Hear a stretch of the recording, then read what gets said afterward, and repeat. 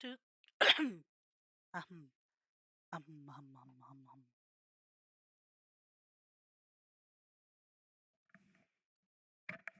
Oh, hold on.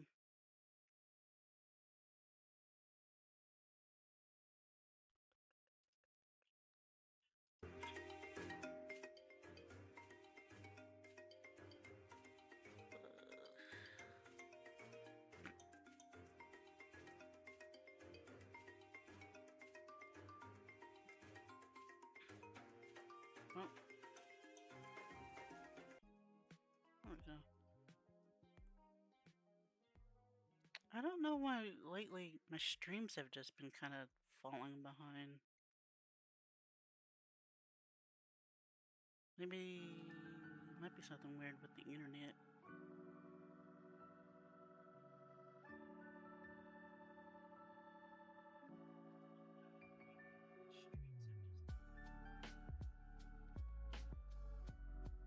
Alright, so I watched what I'm gonna do here.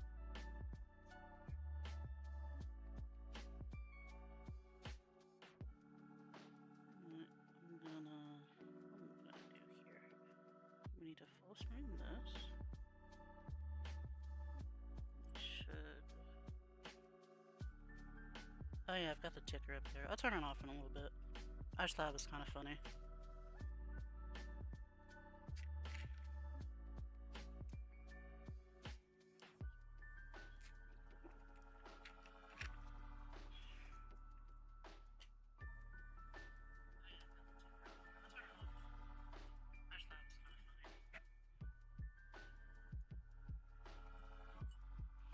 I'm gonna get Artis set up really quick.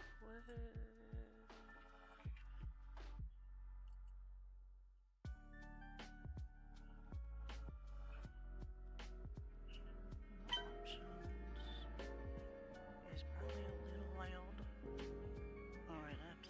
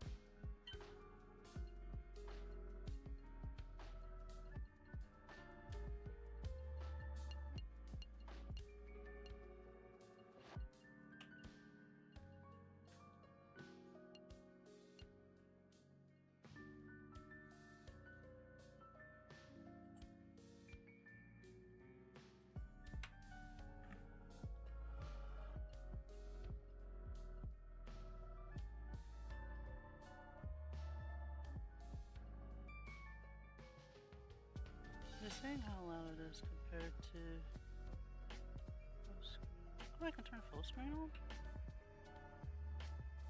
You know, this is fine. I'll play it like this. Super save mode, screenshot.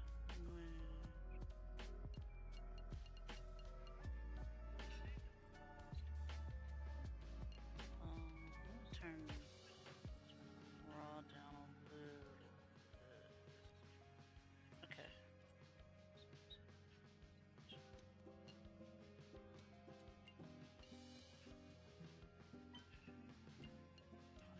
Oh, just. Oh, okay.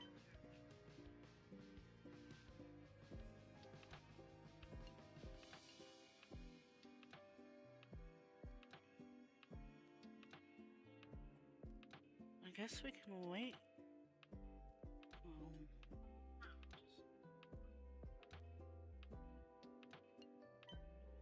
It's been a while since I've played this. Let's 2, 3, 3. Guess we can wait. Where's the autosave? Is that 2, 3, 3? Alright, we'll go with the autosave there because it looks like it's the Otis one.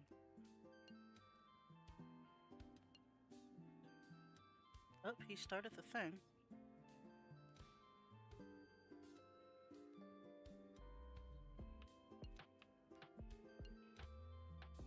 Yeah, looks like the autosave.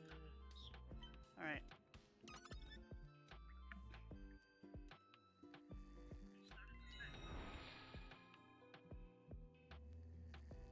Get up, Akane. Yep, Artis. Artis, yep. Day off, checking with commit or not. Oh, I have a day off today. Alright. That's good. I can pull up a green guy. Would you let me know? Okay, somewhere gently. Gently. Let's go uptown.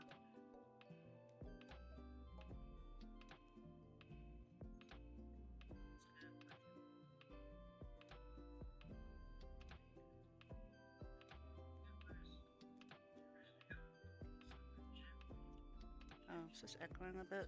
Oh. Just a little bit. I was worried that that might echo, but that should be fine. Bye-bye. Where is this at? Well, all I know is it's uptown. Let's see. Hey, old man. I talk to him. If you got time to spare, try the gym. That's the body good.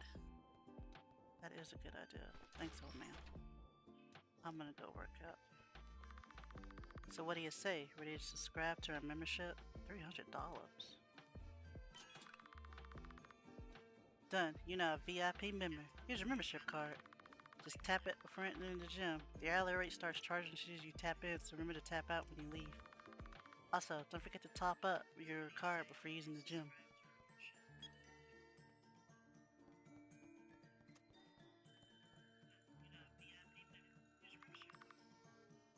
Work out, or pull up, or treadmill, or... Oh man, we gotta do something, we're getting charged.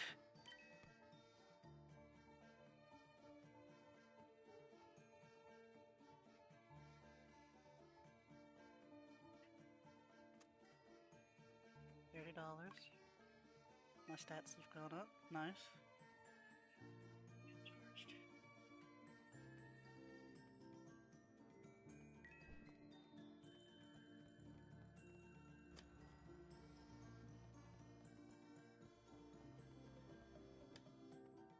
Oh, that just turns on the thing. Ooh. Sometimes she just turns on the thing. And now we're not gonna get charged anymore. Alright, let's find something uptown area. Let's go to the back alley. Excuse me, okay? Central area. Hey! Stop right there! Oh no, ruffian! Hand over your wallet now! Quick! Oh god! Yo, it's a girl! Look at her, man. 4 targets, 1 hidden. Akane, that is a toy gun. You just need to be wary of the knife. Now just be good and hand them over quickly. Your money or your ass. In that case, I might actually prefer the latter. No funny business! Don't try me! Hurry up. Akane, don't worry. This guy is holding his bat like a jingling bat. Neither does the other seem adept at using a knife. They are amateurs. But, hide. Do not interfere. Hurry up! You can have it. Oh, my money. Woohoo! Go, go, go, go, go, go, go! Wait! Do you have enough? What? Is he trying to be cheeky? Huh? Trying to be funny? Try me. I will stab you. Here, take this. It's my second wallet. I kept it for emergencies. Why did you do that? There are 4 of them. 1 wallet probably wasn't enough. Oh, don't worry. We'll manage. Well... So Akane is good at fighting, but she just does weird things like this from time to time.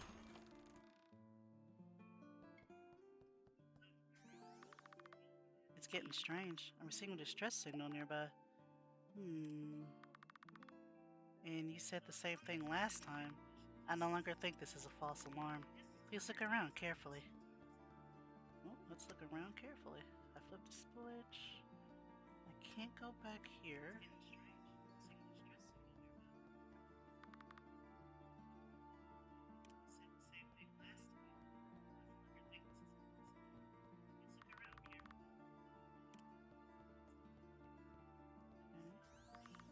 It's inside. Huh? What? Are you sure? It's trespassing. Hurry up. This door isn't locked. Mr. Beverly must have forgotten to lock it. Excuse me. Is there a secret boss back here? Oh. It's a... What monstrosity is this? It's time for another podcast. Only the second of the week, because this week has been pretty unique, as every single day I've been playing Resident Evil Requiem. And today we are going to complete the playthrough. So what have I thought about the game over the course of this week that I've played it every single day? I'll let you know on today's show. Plus, we need to figure out what we're doing for the next DSP Tries It. We already have a couple of ideas, but let's talk and try to brainstorm some more and try to lock it in so we know what we're doing next week. Of course, we'll have chill, interactive fun. We'll talk about current man, events what are you and doing? more.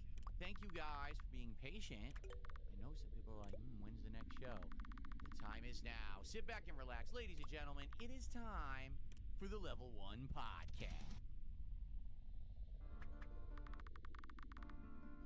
Michael, it's your birthday.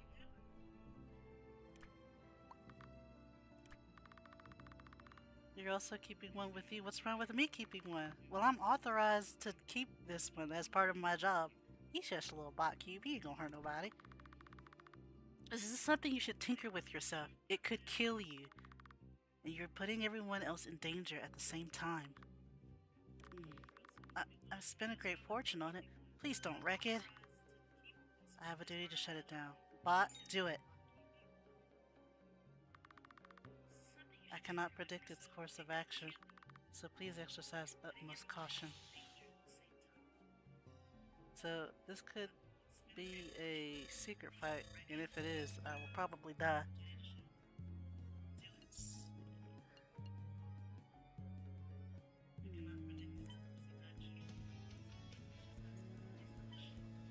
Hello, what's going on, everyone? Welcome to the show. It's the Level 1 Podcast for Thursday, March 5th, 2026. I'm DSP. I'm excited to be here today because today will be the epic conclusion of Resident Evil Requiem. After playing it every single day for 6 days straight, today what have you we done? conclude the playthrough. Put My everything playthrough's into longer this. than most My people. mortgage, my car, my house, my dog. Well, let's see. Your Because I dog? actually explored every nook and cranny. Because I did all of the Leave. optional exploration Screw and side off. content. I read all of the lore. I talked with my audience. You know, fine? I didn't rush through the game to finish it in 2 or 3 streams There's just nothing because I wrong. wanted to make a good Really playthrough may for unfriend us right posterity now. purposes that you could watch That's not today, the issue here. tomorrow, in a week, a year, a month, He and speaks still about get outrageous the things full picture sometimes. of what Resident Evil Requiem is. And let me tell you, it's definitely worked because it's my most viewed playthrough in a very long time. And I'm very happy for that people are enjoying it. And the thing is, the views aren't stopping. Where am I gonna get? Where am I gonna help my old grandpa now? Day 1, the views on the videos were good. And then day 2, the views on the videos continued to be good. And then day 3, I mean, here we are, not a week yet. And I think part 1 is around 6,000 views, but every day it's getting hundreds of more views. That's great. That's kind of what didn't used to happen, okay? When I used to do these playthroughs, it would be like, I get a few views within the first few days, and then that's it. And then whoever's left to watch the rest of the playthrough would stick around. But really, it would kind of just peter off really sharply. In this case, it hasn't. Let's see what William has to say. It's the biggest AAA game in a long time. It's actually good, and I played it so fast that people are excited for it. If I had played my usual slow burn, right, where I only did like 1 or 2 streams, I alternated, and I only played like 6 to 10 hours in a week, probably people wouldn't have been that excited. But knowing that the playthrough is pretty much going to be done within the week of launch, I think people are more interested to watch through it at a more accelerated rate.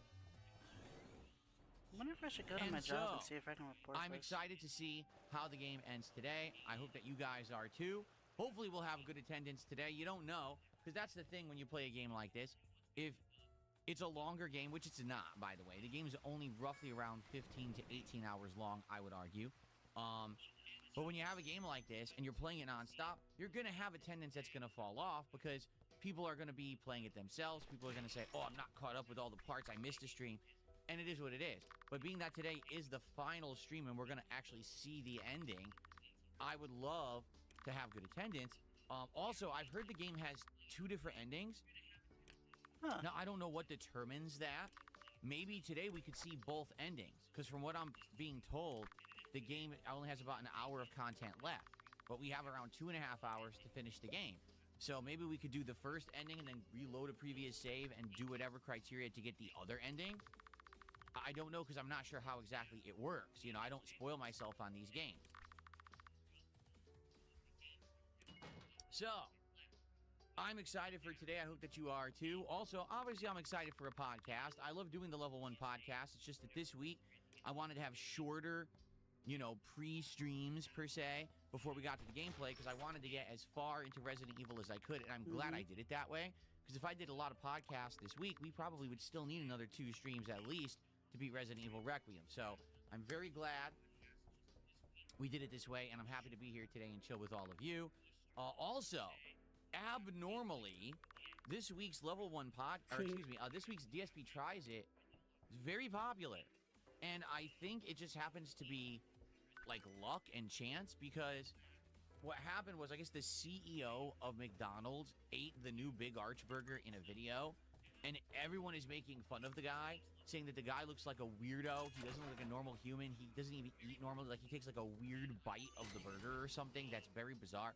I haven't seen it, but I guess this has gone like Oh, he came to the same conclusion I did.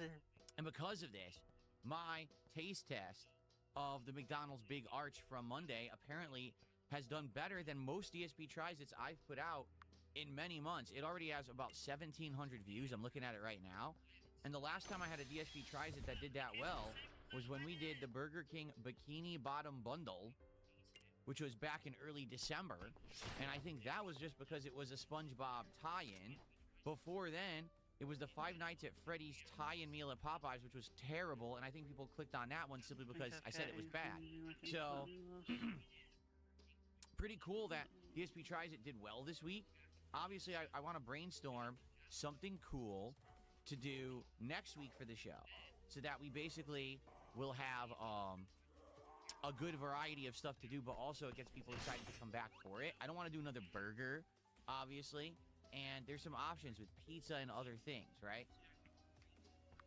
So, let's talk. We'll do that today on the show, okay? All right. So, how y'all doing first off? Who's here today? Let's take a look. On the YouTube side, we got King Michael, what's going on? Heartbreaker, Venom Shot You, Tweak RC, Chris, Iki, Daniel, Osiris. Who else do we got? So, D-Man, well, he's name calling Rose people. Diamonds, I was Babe also Lines, thinking that Eagles because of the Man, stuff that was happening with all the King of the brands Void, are what's up? fighting each other. Chaos Goblin, Free JT, I Dark think Revan, that's who else? pretty much why. Smo Live Enjoyer. Or Smoliv? Smoliv his- Enjoyer. What's a Smoliv? I don't even know. Midnight Stargaze, Gazo, and more. On the kick that's side, who why we got? his Buckwell, McDonald's RGB Lover, video Bubba the took off Bubbo, because Monkey, everyone was, like, Lavinia. looking Let's for see. Eddie. people who were Feesbach, probably looking for people Brain reacting to Decay, the McDonald's thing or Spoons, just the McDonald's thing Virtual in Boy general defeats probably came DSP. across it and watched it. And who else? Lots more. Okay, Iki's over there too. Iki's on both. So it's good to see you all. Welcome to the show. This song is very annoying. Hold on one second. Thumbs down. No, that's not my vibe at all. That's a very frustrating, annoying song. I thumbs it down and got it out of there. Yikes. I don't have any rice balls. Okay. Free JT, with our first contribution of the day, just gifted a sub, and it actually went to Bono's Tecmo. Congrats, Bo. And thank you, Free JT, for the gifted membership. I appreciate that very much.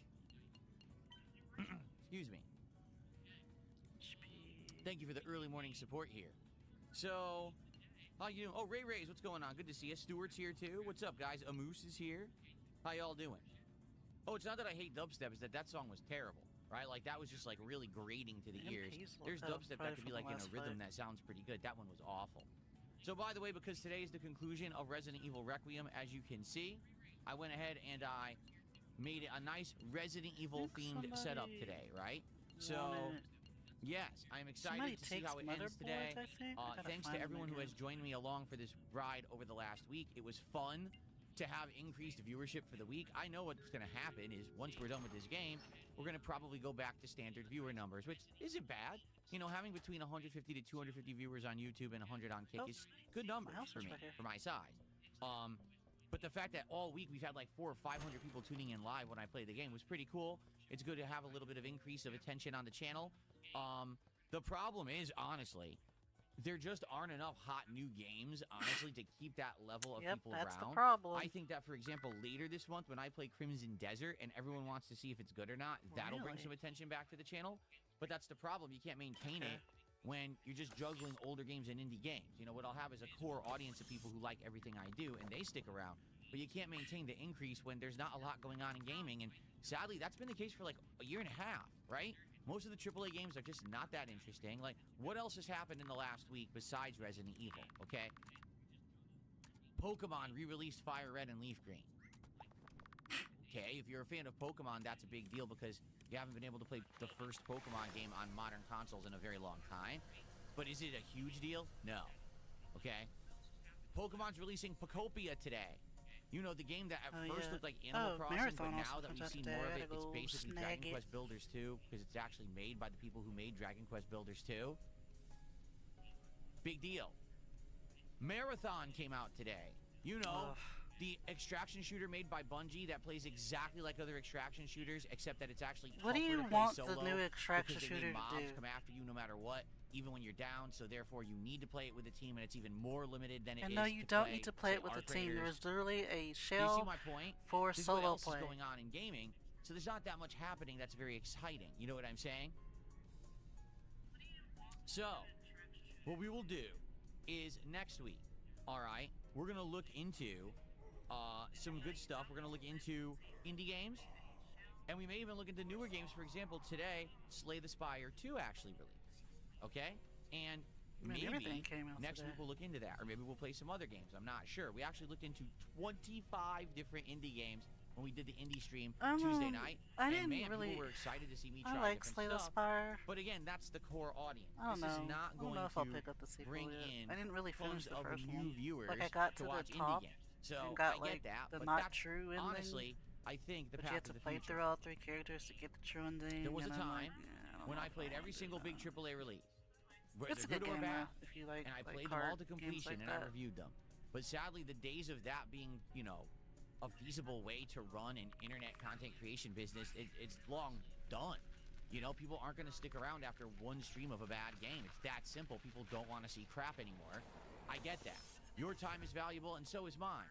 So that's why this year, what we're doing is testing the waters with various games. If they work, great. If they don't, dump it and move on. And that's my mentality moving forward. I think I remember this part from the demo. We but I don't shall know if see it's any different. what happens when we play more games next week and we bring in new ones to the rotation. But as of today, I'm at least excited to see the end of Resident Evil. I hope that you are too. Okay? What I'd like to do today, I'd like to open the show with my overall thoughts on Resident Evil Requiem. Now, this will not be a huge spoiler or anything like that. Like, I'm not going to explain the entirety of the plot always or says anything that like that before because he I haven't played spoils it yet. it.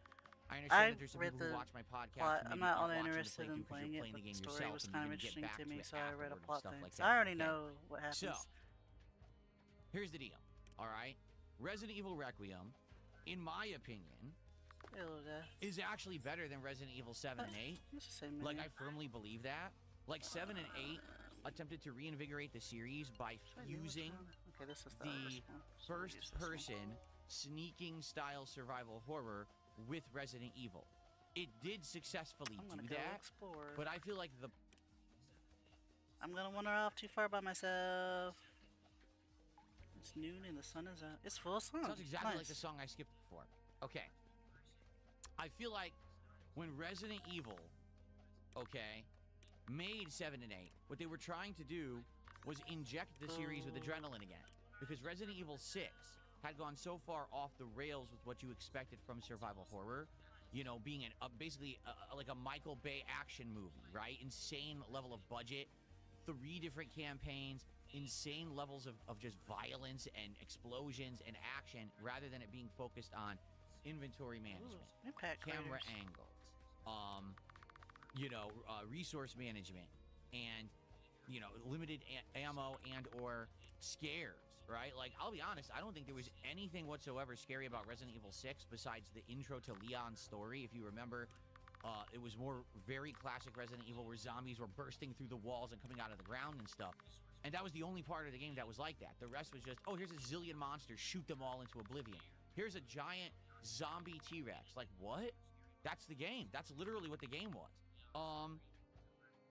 And so, Resident Evil 7 and 8, being what they were, they tried to get the series back on track by making it more in line with what modern audiences thought survival horror was. But I do believe that 7 and 8 departed too far from what Resident Evil is, meaning having a mold man plot. Oh, the mold was the source of all of the viruses, and now you can turn into werewolves and vampires. Like, what the hell are you talking about? That's nothing to do with Resident Evil. You made it up because you didn't have a good plot, so you just did anything you wanted for an excuse to basically make like a freaking like Halloween game, which is really what it is. It's got every classic like Hollywood movie monster in it, but it doesn't make it a good Resident Evil game. It's still a good game, just not good Resident Evil in my opinion. But I don't Resident Evil Requiem definitely gets the series back on track for what it should be, meaning we're back to the stories about the core development of viruses, of bioweapons. We go back to the roots of the series, Raccoon City. We get to see connections to the past, right? There's even a lot of references to things that are kind of fan service in this game. That's cool. I think they did it right. I like the fact also that you could basically have both sides of the equation when it comes to what you expect survival horror to be. You can have the first person sneaking, limited inventory, limited, you know, kind of deal with Grace. But then on the Leon side, it can be more action-based, more challenging when it comes to what you've done in more modern Resident Evils like 5 and 6.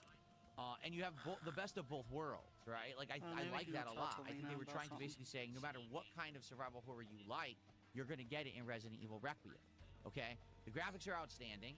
Outside of 2 funny graphical parts that were silly because they weren't finished. Like, there was one pool of water that wasn't rendered, and I was like, what happened here? And then we found another one, too, yesterday. I can't remember what it was. There was, like, 2 unfinished graphical parts that we found. I'm sure they're probably going to fix those long-term. But outside of that, the graphics have been absolutely outstanding. The game has performed very well on my PC. Haven't had any issues at all, right? The game controls well. When you play as Grace, it does feel like 7 and 8. When you play as Leon, it feels like 5 and 6. That's cool. That you have the 2, you know, different aspects of Resident Evil. I definitely like the fan service part of it. Like, for me, someone who has played all of the numbered Resident Evils up to now and the spin-offs too, to see all these references back to original Resident Evil 2 and Resident Evil 2 Remake, which is one of my favorite survival horror games of all time, that's really awesome. I really feel like they did it. They did the great job with what they did. The game's not perfect, and I'll give you a few criticisms that I've had of the game over the course of playing it, okay? So, number 1, the game doesn't balance and pace well. What I mean by that is the entire first half of the game is Grace. The entire second half of the game is Leon. You only play as Leon for 30 minutes in the first 7 hours, okay? That's not good pacing. They should have had it so that it went back and forth more. That would have made the game better to me, and I feel like that's a big misstep. You don't want to do all of someone's gameplay up front and then all of the other person's in the second half. You want to have it be balanced, right? And sadly, they didn't do that at all. And that is a little disappointing, especially when you're playing through the game and you're like, okay, I get it. I've played with Grace a long time. Can I please see Leon? And you're like, where the hell is he? You're kind of getting bored in certain spans of the game. Definitely that's the case. However, I will say that the game does a good job later of actually adding new things. So, for example, at first, when you're playing with Grace, it's very frustrating. But then she starts getting inventory increases. She starts getting the ability to craft items. She gets to start upgrading her guns and stuff. Then you're like, oh, okay, now it's better, right? Ooh, but the first couple of hours are actually incredibly frustrating when you have incredibly limited resources, inventory, and you're just very weak. Once you get past that part, I feel like the game feels better. It feels more like, we're home. We're here with survival horror again. You know what I mean?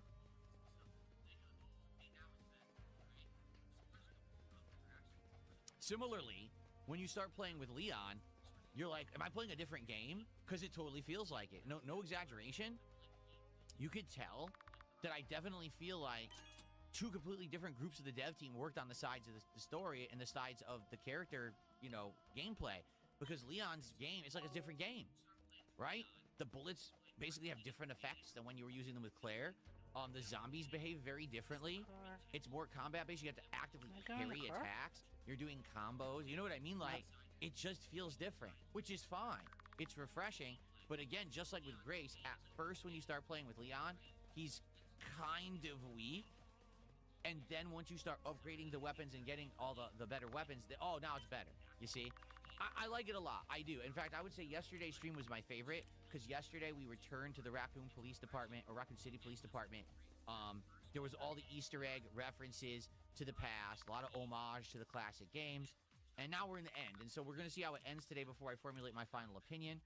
But it's been a good ride. And like I said, I think I actually like Requiem better than both 7 and 8. Simply because it does go back to its roots and it feels like Resident Evil again.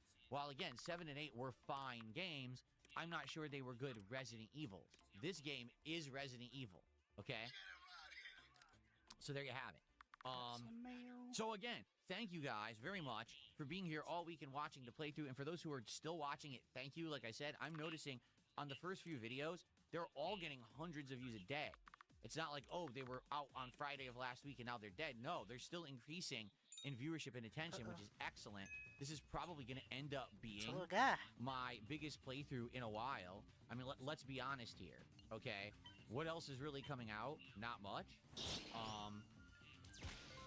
For a while in the AAA range, right? Like, seriously, like, not much in the AAA range will be releasing for a bit. I am interested in trying out Black Desert, which is Crimson Desert, right? Which is coming out in just a couple weeks. That could be a big one, okay? And there are bigger games coming out, but let's see what happens in regards to the releases that are coming out in the close future, and see how it goes. I am hoping that we will find something else that people will be interested in, like Resident Evil, but maybe not. Again, we're in the midst of a time of games where there aren't big AAA releases that are hyped and good. The ones that come out are just lackluster, like Marathon from Bungie. You would think, Bungie, this is going to be a huge game. Did you know right now there's more people playing Slay the Spire 2 than Marathon? Not kidding. There's more people right now playing Resident Evil Requiem than Marathon. Not kidding. And Marathon came out today.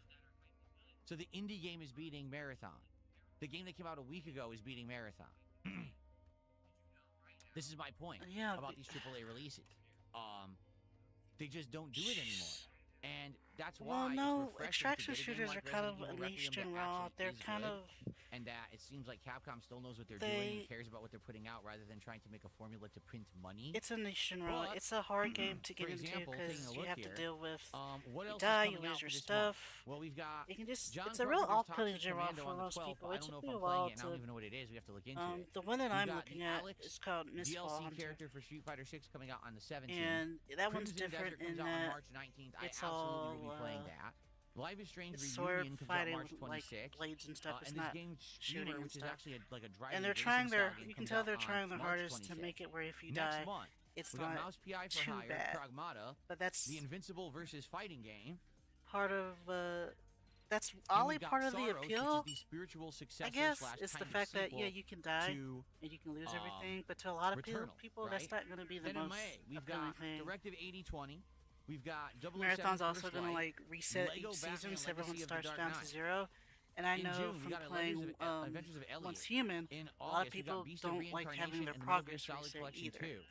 You know what I'm see what I'm saying? Like, we do have some big games coming out this year, But but I is there just think it's anything silly to be at like, all on the level of Resident Evil oh, Requiem? a lot more people are playing this Not at game all, than this. right? They're not even comparable because they're No. different games for Zip, starters. nothing on that level.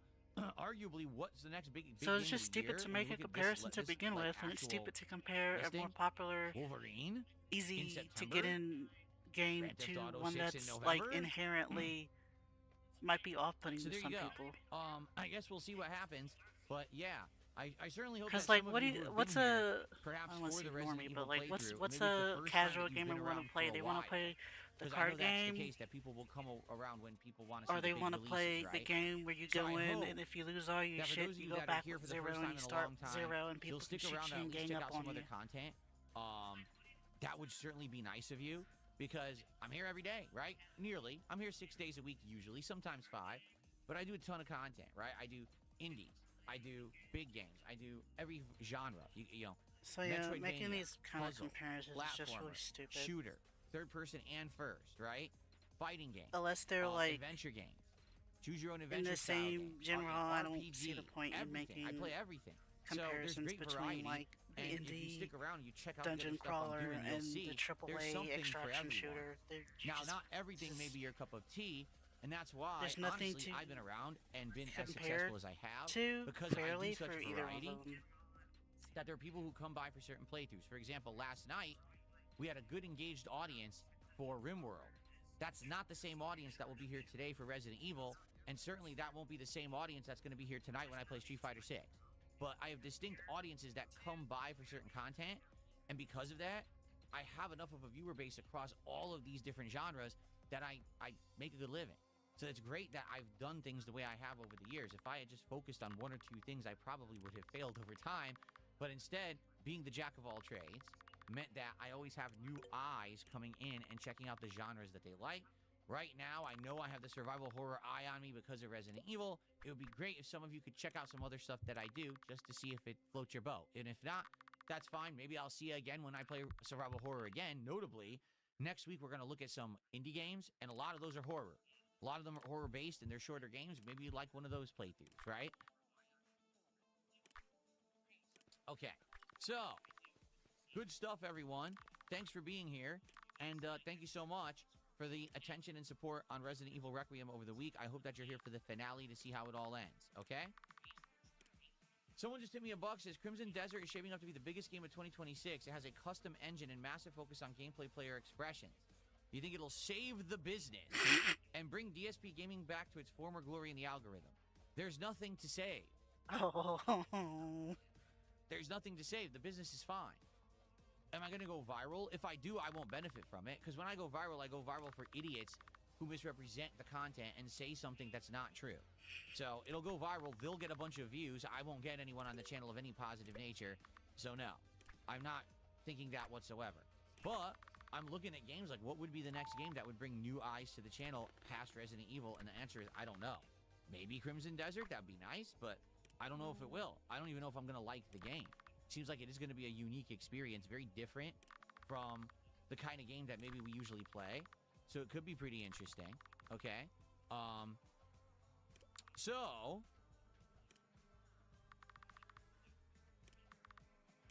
we'll see. And again, we'll talk about that. Next week, we're going to definitely get some new games in the rotation. That'll probably be indies. And then after that, we'll see where things go. Hopefully, Crimson Desert is good. I'm hoping for the best, for sure. The thing is, next week, we're going to go back to the games that we had been playing, and now they sat on the shelf for a bit. So we're going to finish Hollow Knight. We're going to continue with Dragon Quest VII Reimagined. Okay, those are two definite games that I'm playing next week. What's a question mark right now is, what should I do about Pokemon Pocopia? Because originally I was going to play it, okay? And then I decided not to play it because I watched the trailer and it looked like it was a game designed for small children and nothing that would appeal to the audience. Then the reviewers came out and said, oh, it's a 9 out of 10. What game did you review? If you take a look at the trailer, nothing there looks very good, right? Seriously, I'm lost. So, would you guys like to see me play that? Would you like to see me maybe do guys, I don't know what to do. Pokemon Make my Leaf choices Green for or me. Fire I am Red? a Because baby. originally we were gonna do Pocopia, but if we're skipping it, maybe then we should play the classic Pokemons. I haven't played the first Pokemon game since the 1990s, and apparently Fire Red and Leaf Green are the Game Boy Advance remakes with better graphics, better sound, full color, and more Pokemon. Like, they have more Pokemon in the game than the original did. So maybe we could do that, okay? I don't know. The way I see it, we are going to finish Hollow Knight next week, and we're not going to have another new game in the rotation for about another week after that in Crimson Desert, so we probably need something else to throw in there. and get started. So maybe it could be Fire Red or Leaf Green. I think we're going to talk about this probably starting on Sunday. Since we're starting the new weekend, we're going to be wrapping up playthroughs for sure. Okay, so we'll talk about this next week. Let's try to figure it out. But I'm thinking Pokemon Fire Red or Leaf Green could work. All right, if you guys are down for another chill playthrough for a bit. I know that it won't be incredibly long because Pokemon, the first game, is not that long, right? The original? I don't think so, right? No. I also know that there is Fatal Frame 2 is getting a modern release. It's a remake, actually, on Switch 2, I think. But I don't know how many people would want to see that. Like, listen, I appreciate all the different genres of survival horror. I really do. And Fatal Frame is one of those franchises that stood out over the years as something unique and different. But I don't know if it's going to work for my audience. Like, about a decade ago. Don't play Fatal Frame. Okay, you're just going to make it really a weird. Halloween special. And the Halloween special was me playing a brand new Fatal Frame game that had come out on the Wii U. Within 2 hours, everyone told me they were insanely bored of the game. It wasn't scary and don't play it. And I was like, well, now what do I do? This was the whole marathon, the whole Halloween marathon. So it ended up being actually one of my least liked Halloween marathons because people thought the game was boring. So maybe next week we look into it. Maybe we could either do Fatal Frame 2, or I think it's Fatal Frame 2, right? Or maybe we could do Pokemon, or we'll have to find like a combo of that. But I think what we're going to do first is play start Pokemon. with It'll be Hollow easier Knight for you. and Dragon Quest, get those going, get those playthroughs moving. Hollow Knight's going to be done within 1 or 2 streams, and then see what we want to do next until new games start coming out for the month. Okay? There you go. Shout out to Drag Z Nation. Thank you so much for the super chat. He says, how you doing? Doing pretty good. And I'm excited again for the conclusion of Resident Evil today. I hope that you guys are too. Looks like €2 would be $2.32 this morning. So thank you for that. And that's our first super chat of the day. I appreciate that very much. Thank you, Drag Z Nation, for the support.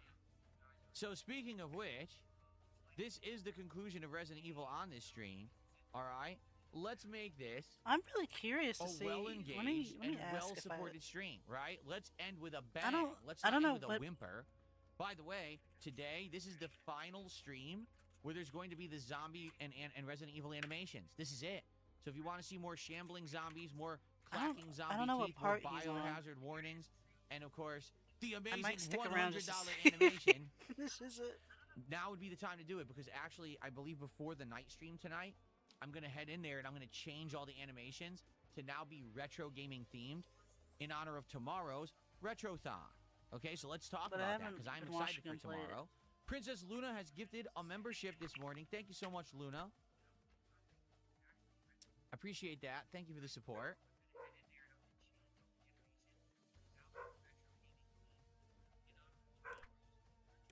Okay. So, well, she drew some trees. Tomorrow is the Retrothon. We gotta walk around the trees. Tomorrow, we will be exploring the Nintendo Switch Online Expansion Pass catalog of games on the Switch 2. Another pass. All day long. You will be voting on what retro games I will be playing. That's where the this is directly in response to the fact that over the last 3 to 6 months, people have been asking me, when you playing retro games? And I'm like, well, I did do 2 Mega Man marathons over the summer of last year. Do you want to do another one of that? And people were like, yeah, we'd like to see more variety. And so I set up this retro day just for this specific purpose. We've already got a good variety of games that you guys have nominated for me to play. For example, Double Dragon 2 on the NES, Star Fox 64 on the N64, Street Fighter 2 Champion Edition on the Genesis, which arguably is one of the worst versions of Street Fighter 2 ever made. You're going to laugh at how bad it is. Luigi's Mansion on the GameCube, Soul Calibur 2 also on the GameCube, and possibly Streets of Rage 2 also on the Genesis, but I've already played that one, so maybe that'll be like a backup. Now, that's just the initial games we came up with. I'm actually going to have people nominate games live as well, and we're going to have polls all over the course of the day. Whatever wins the poll will be the game we play next, and then we'll keep doing that. So we'll probably end up playing a ton of games over the course of tomorrow. And sorry if you can hear I'm going to be using my new 8-bit DOE Retro SNES controller, playing the classics. If we play more modern games on GameCube, I'll be using my brand spanking new Pokemon controller from Power A. That's basically a Pro controller, but is a lot cheaper. Like, no lie, the Pro Controller for the Switch 2 is $90 plus tax. This was like 50 something. And it has literally everything in it except, I think, for the scanner for your amiibos. That's it. That's the only thing it's missing. So why on earth you would pay more money for the Pro Controller, I have no idea. This thing seems pretty good, and we'll find out tomorrow, okay? Now, tomorrow is not only just about retro games, but it's about chill vibes and having fun. We're going to hang out, enjoy each other's company. I'm going to be having some drinks. I got some cut waters, including a new flavor I bought for tomorrow. We still got those cocktails. We still got the peppermint liquor that I had for Christmas. Maybe I'll have a couple shots of that. And the cool thing is, I'm just going to be drinking throughout the day and getting a nice buzz while we play these retro games. It should be a good time. I hope that you guys will join me for it. I think that it's going to be a nice laid-back vibe and a great way to just kind of celebrate. Now, after that, the next marathon will be my birthday. That's right. My birthday is April 6th, and every year, annually, I do a marathon on it. Same thing this year. What will we do during the birthday marathon? That I have no clue. That's up to us to figure out over the next month. But the birthday marathon is something I've done for a long time, so we're going to keep that tradition up this year. He should be able to finish it today. I don't think he will because will I cry again? Yes, I will. I will bawl my eyes out during my birthday marathon this year for sure, 100%. Okay. All right, the Greed Goblin did a $2 super chat. Says, play Fire Red. All that Pokemon are waiting to be named. Now, here's a question. Would you guys prefer, if I were to play a Pokemon game, either Fire Red or Leaf Green, which would you prefer, and is there a reason? Like, do you think that one is better than the other? I don't know. From what I'm to understand, the only difference between the two is the Pokemon in the wild. Like, that's what someone told me, is that there's different Pokemon in the wild in each game, and people prefer to, like, catch certain ones in Leaf Green versus certain ones in Fire Red. I think I never played either, so I'd be down for either. Like, whatever if you guys like one over the other. There's a website with particular... So let's see. Broden says, Fire Red was my very first Pokemon game ever, and Stuart says Leaf Green has more favorite exclusives. Is that true? There's a Japanese website where you can get interesting. Free music. Beef Supreme this feels like it's... Good Day King. I've gone to it before because one game I played had some really nice music, and they got it thank you. from that website, and I listened to some of it, and it has like the same kind of... Oh, yeah. Oh, one other thing. So tonight, if you got it I'm doing there. something different tonight on the Street Fighter stream. I totally forgot to tell you guys. Here's what we're going to do for Street Fighter tonight. This is kind of unique. So, as you guys know, there's 5 characters that I've played with the most in Street Fighter who I got to Master Rank. We got Lily, E. Honda, Dalsim, Blanca, and... Why am I having a brain fart right now? Oh, Zengi. Those are the 5. Now, I've played with other characters, like Bison, Mai, etc., right? Recently, Sagat. But those 5 characters that I just mentioned are the staple 5 that I go back to all the time and I feel most comfortable playing. Not to say that I'm great with them and I dominate. I don't. But I think that those are the ones that I fall into. I know I can basically at any stream jump in and play as them, okay? So for tonight, on the Street Fighter 6 stream later tonight, you will determine who I use. When we start, we'll do a poll, and it's going to be between Lily, Blanca, Dalsim, and Honda. You'll vote who you want. Whoever wins the poll, I will play for an hour. Then, when we're starting the second hour, we'll do a second poll. You'll vote again, and that'll be the same. So it could be the same character for a second hour, or you could choose a different one. All right? So tonight, for the first time, you will choose the characters in Street Fighter 6. I don't know why I didn't do this before, but we're going to do it tonight. We're going to see how it goes, okay? I'm happy to play with any of them, so it's all good, no matter what we choose, okay? Very nice. All right, so that's tonight, and then tomorrow, Retrothon all day long. It should be a great marathon event.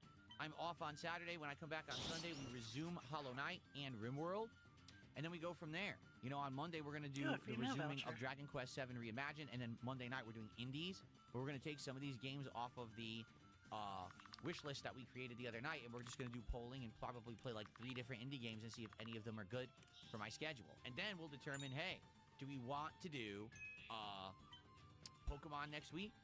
Do we want to do this Fatal Frame game? Like, what do we want to do next week? We'll figure it out starting on Sunday, okay?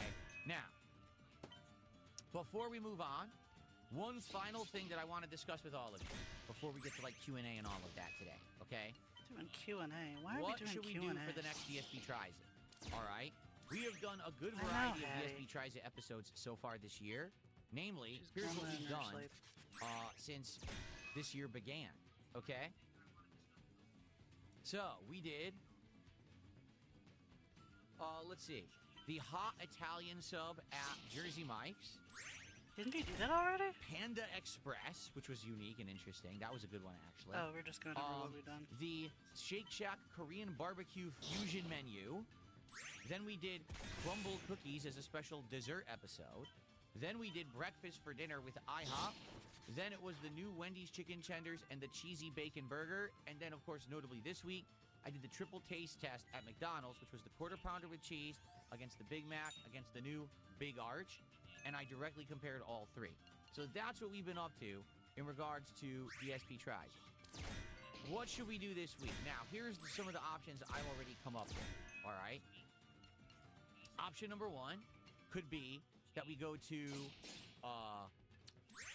Papa John's Pizza. They have a new pan-style pizza that we can try. And they apparently have a new dessert called the Blondie Brownie. So we could do a pizza and the dessert and taste test them both and let you know what I think. That's number one. Number two, we could go to Applebee's. And Applebee's, which I've never eaten at for DSP Tries It before, has what's called the 2 for $25 menu, which is hilarious because my wife and I already looked into it. Here's the truth. There is no 2 for $25. This feels like out here it's 2 for $27. This is one of those cases where this could have been an and email. if you order it, it's 2 he could for just make a poll for these $33.75. things. Huh? So what is the 2 for $25 at Applebee's? Applebee's is an American chain restaurant, and they do American fare food. Sandwiches, salads, burgers, ribs, chicken, that kind of stuff. Like skillet plates, things like that. So they have a thing they call 2 for $25. What's it supposed to be? It's supposed to be that two people can dine for $25. You get an appetizer for the two of you to share. It sounds like a good idea. And then you each get an entree. Okay. You know. Now you are limited to the select ones. Like you have to get certain ones on the menu. You can't just pick whatever you want. And get this. Oh, I'm out of food. There's only like 3 options where it's actually 2 for $25. Most of the options are an upcharge. So it's like, oh, well, I want to get this specific dish. That's $3 or $4 more. Well, then it's not 2 for $25. Why are you calling it that? Now, in addition to that, regional pricing is in effect for this deal. So even though this is 2 for $25 in certain He's parts just of the making US, this so where complicated. I live, He should it's just 2 for $27. They need to charge $2 more because I live in Washington State where prices are slightly higher. Does that make any sense? No. Are they going to make any significant more money? Yeah, it does. $2 The prices are higher No. there for whatever reason. You're going to get It's charged more. And then on top of all of that, because we're going to be ordering from a delivery app, the delivery app has its own markup. So get this. It's not 2 for $25. It's not 2 for $27. For us, it's 2 for $33.75. And that's if we don't choose the entrees that are the markup. So by the time that we do this deal, if we do it, you might actually end up being like 2 for $40. And then we have to pay for the fees for the delivery app. And then we have to give the driver. So it's going to be 2 for $25, and it may end up being doing 2 for $60. Hence, it's not really affordable. You know, like it's supposed to be. That's the whole idea of the Applebee's 2 for $25 deal. But it's really not. It's not affordable at all. All right, so dependent on what we do, we may actually just order different things. We may not even do the 2 for $25. Instead, we might just order 2 entrees, and then we like share.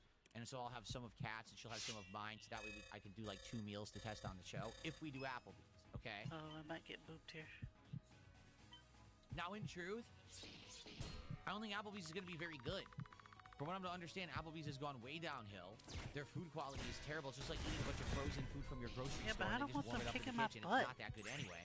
So maybe it wouldn't be viable. You know what I'm saying? Maybe it wouldn't make sense. That's so much money. So I guess we'll see. All right. We'll have to figure this out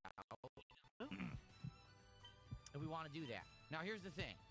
Let's say we don't want to do any of those options. We don't want Applebee's. We don't want the Papa John's. What would you guys like? You guys know of anything currently going on in food that you would be interested in seeing me do? Okay, Feesbot just says, do nothing bunt cakes. We've talked about this recently. He says they have a new limited time Dubai chocolate cake. So nothing bunt cakes is a actual chain of bakeries, and they actually make bunk cakes every day. They make tiny ones, mid-sized ones, and giant ones, and they do gourmet flavors.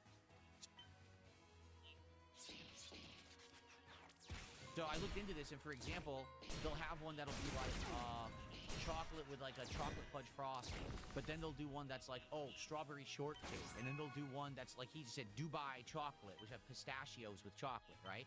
So they do that. That would be kind of cool. I guess what I would do if we were to do that, I would probably get a variety pack, because I know they sell the variety packs. And so I would do it at night. That would not be a daytime DSP tries it. That would be a night edition. So we would end whatever we're doing that night a little bit on the earlier side. And I would do a taste testing of the bunk cakes. We could do that. That's a good option, I feel. Silky Gem Crystal Candies. What is that? Let's find out. I'm almost out of retries too. Someone says you can order these online.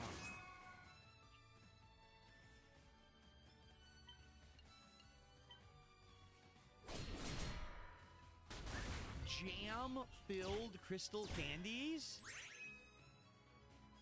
Really? Oh my god, they are really expensive. What the? No, I'm not doing something right here. A 6-piece of these Silky Gem candies is $35. Let's go to their official site. Let's take a look. Let's take a look. Here, let's look at it together. Silky Gem Crystal Candies, guys. Let's scoot this over. Look at it. Oh, that doesn't look good. Ew. Oh. They put that as the picture like that's attractive? No, that's not. That does not look attractive at all. That does not make me hungry. Looking at that. That looks disgusting. So here, yeah, how do we shop collections? New releases. Love at First Bite Trio. $12 for 3 candies? Sour Raspberry Lapis. You mean like Lapis Lazuli from Minecraft? Ube Coconut Purple Sapphire. Look at these prices. So here it is. 6-piece seasonal collection. $35 for 6 pieces of candy. This is a Sweethearts box for $10. Maybe it's just small. What are they, though? Yeah, about us. Here we go. They're inspired by Vietnamese Lunar New Year traditions, which have started since the Thuc dynasty. The treats are used to serve our guests with tea or rice wine, are known as to bring health, wealth, and good fortune in the new year. I'll just make more. Okay. More saves after this. So traditionally, this is made from sea moss agar, packed with lots of different nutrients. Easy to make dried agar candies are found in many Asian countries. The Japanese wagashi form is called kohakuto. Interesting. I moved to the USA and these memories keep coming back from time to time. So are they hard candies? Are they gummy candies? What? I'm not sure.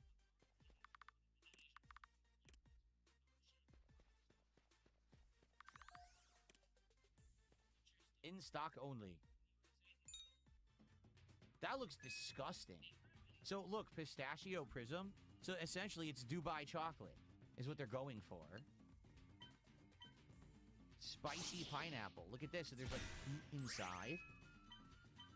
Jams me up. These have jam on the inside. Yeah, He's not gonna get these. Pieces of bling, and you crack them open, and there's like jelly inside. Huh. I don't know who would spend $140 on this. You probably will later. It's a hard shell with a gummy inside and then jam at the center. Well, it's unique. It's certainly unique. I don't know how many people would care about this for DSP Tries It, but it's certainly unique, right? So, how about this? I'll favorite it. I'll put that in my browser favorites like this. And oh my God, consider he's it for the future. Bookmark. Here you go. Bookmark this tab. So it's there now in my bookmarks. I mean, that's one to consider, I guess. Okay? Oh, Lord. Does anyone know of anything else going on currently? God, he doesn't know anything. Huh? Just listen to this. First of all, someone tipped me $2, okay? And they said, if I lived in Washington, I would tip you $4, but I live in a less expensive area, so here's $2. I like using your logic against you. What? What are you talking about?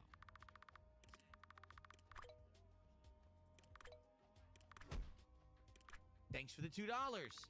I don't know what else. Thanks for $2. Yeah, you really got me there. You really used my logic against me when you paid me $2. Thank you. I mean, I guess so. Oh. How will I ever get over it? But, Anyway, thank you to Iki, who just did 500 kicks, says banana split. Now, Iki, when you say that, first of all, let's get you an animation. When you say that, are you saying, like, get a banana split from, like an ice cream place? Like, that actually does banana splits? Because there's a couple in my area. One is, Cold Stone Creamery, and the other would be Baskin Robbins. The problem is, we've ordered from Cold Stone before, which is the higher end one, and it came all hopefully melted. that didn't mess It up. sucked, because I guess it's too far away. It should be fine. Which obviously blows. You know, you want to get the better one, the higher quality stuff. Now, Baskin Robbins is alright, but I don't know. Like, if I ordered a banana split, I don't actually know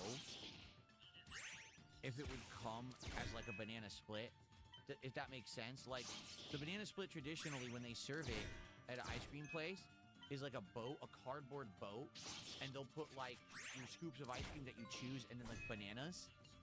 But I don't think they're going to do that if it's a delivery. They'd probably just, like, cram it into a freaking round container, in which case it's not really much like a banana split.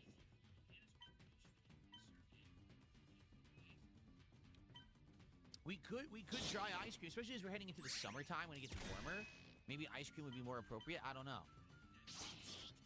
What do you guys think? Would you like to see me try ice cream? Again, that would have to be a nighttime one where I order it and it gets delivered, like, at the end of the late stream. I have it as, like, a dessert.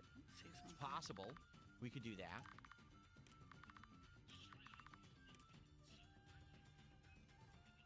This person says, the website dresses up a very basic baking ingredient. Agar is lower in the chain of thickener and gum. So basically they're saying they are trying to, like, pass off cheap stuff as, like, gourmet. And it's not. And it's pathetic that they're doing that, is basically what this person is saying. So, I wouldn't know. I'm not a candy expert. So I don't know if that website is just way overpricing candies or not. Maybe you're right. Maybe you're not. I don't know. You mustn't run away. Okay. All right. We have any more so far we got 2, like, dessert suggestions. One was those candies. One was nothing bunk cakes. And then maybe ice cream, right? The bunk cakes probably would be the more feasible of them, because you think of it this way. It won't be overly expensive. It'll be, like, decently expensive, but not overly expensive. Also, it won't melt like ice cream would. So the bunk cakes I could order and then have a few on stream and save them and eat them over the week with my wife, rather than, you know, the ice cream has to be immediate. You're gonna eat cakes a little over. more feasible. How many cakes are you gonna get? Acid Rain says Taco Bell has a chicken bacon ranch chalupa. I don't like Taco Bell, so I'm not gonna say anything. Yeah, because when I think Mexican food, the first 2 ingredients I think of are bacon and ranch dressing. That's exactly what I think of when I want to run for the border, right? Oh, that does not sound good. Let me look, though, but that does not sound good. That doesn't sound good. Let me look, though.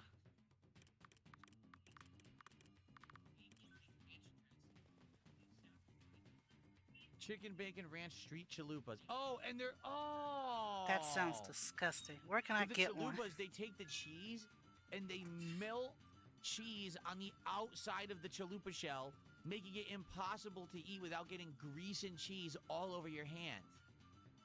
Oh! He's such a baby. It looks so nasty. Look at this picture. Just look at this. It probably doesn't... What? This? What? Look at this. Look, oh, that's pure grease and cheese. You just grab it like, oh. What are you talking about?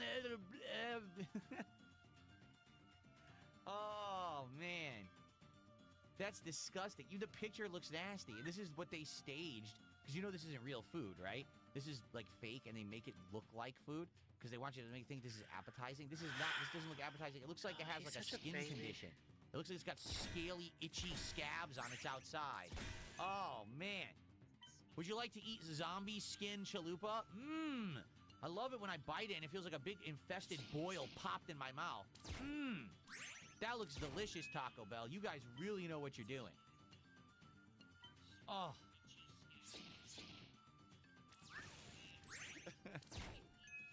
This is what America eats. Why do you think we're all fat shit fucks? Like, seriously. This is why we can't move. Because you eat this crap. Look at that. It's like a scaly rash, like flaking skin boiling up on you, and then bacon and ranch on top of your garbage processed chicken. Oh my God. You just ate 3 burgers from McDonald's like 2 days ago, bro. You really can't be talking. I mean, I haven't been to Taco Bell in a while. I don't even know what else I would get. That's pretty gross. So they have that, and they have a beefy loaded potato griller. Chocolate fudge and caramel empanadas? Oh, come on.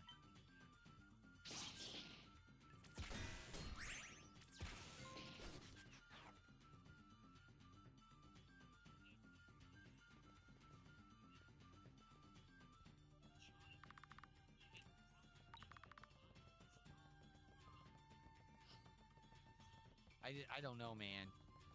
Like, I get it, it's fast food, and yes, it might get some views. I don't know if I want to eat that. To be honest with you, I just don't know if I want to eat that. That's disgusting.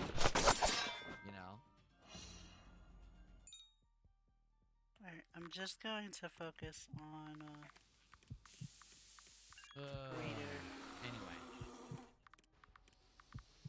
Domino's? Oh, come on! No!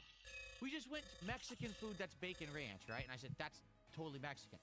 King Michael just said, Domino's has a new spicy chicken bacon ranch. Because when I think pizza and Italian food, the first things that my mind gravitate to are bacon and ranch dressing. Oh, what is happening? He's such a baby.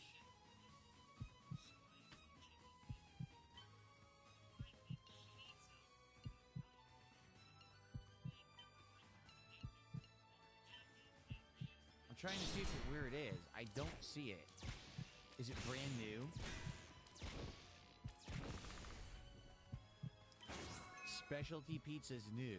So I click on that. Yup, he's right. Spicy chicken bacon ranch, grilled chicken breast, creamy ranch dressing, smoked bacon, jalapenos, provolone cheese, and cheese made with real mozzarella. Finish off with a drizzle of buffalo sauce. Oh!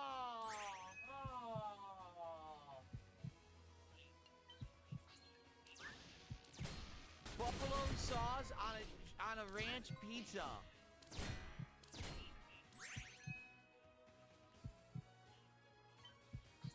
Buffalo sauce. This is America. I just can't get over. Are you kidding me? People eat that shit? People eat that shit. Now, what's wrong? Now, listen, they have one called the People's Pizza Deluxe, and it's pepperoni, sausage, green peppers, mushrooms, onions, provolone, and mozzarella. That's fine. I mean, the provolone's a little much, but that's fine, right? So why do they have a completely normal pizza next to the most disgusting fucking thing ever? Oh my God. It's almost like they want to give people options. I just don't get it. I don't know. I don't think I want that pizza. Come on. I can't believe how bad that is.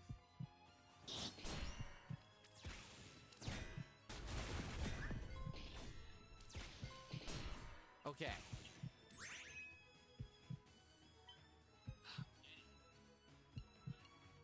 No, we're not going to Burger King getting the Steakhouse Whopper that's exactly the same as the regular Whopper. We're not wasting time. Plus, we just did 2 burgers in a row. No, sadly, dark side dabbing, there is no in and out here in Washington, so I cannot do in and out. It would be nice to do that. But we did Carl's Jr. a few months ago. That was cool, and I'd like to go back there this year to try other things on the menu because I tried their new burger, so I'd like to actually try other things.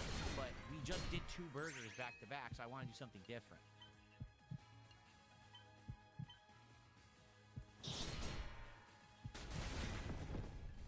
Not doing any Ray, I'm too far to from Seattle. He says, is there any places in Seattle that it's famous for that you could order from? I can't. It's too far away. Seattle is an hour away. I can't order food from that far. It doesn't work. They won't even let you. Because that's the thing. In Seattle, they have Dave's hot chicken. They've got like a bunch of chains and things that are famous. They have them all in Seattle, but they're too far away. Maybe I just need to last long enough until something happens. So I can't do that. It sucks. I'm limited to what's in my area. No, there's no checkers in this area, Secret Rain. Doesn't exist.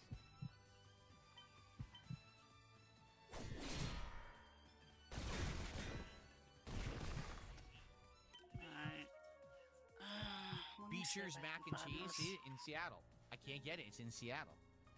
Roy Rogers. No, they went out of business, did they? Roy Rogers? I don't think they're in business anymore. They used to be all over Connecticut, and they all closed. Oh, he's playing poker. There is a Buffalo Wild Wings in my area, but it is terrible. I ate there once when I first moved here, and it was one of the worst meals I've ever had in my life. I'm not even kidding.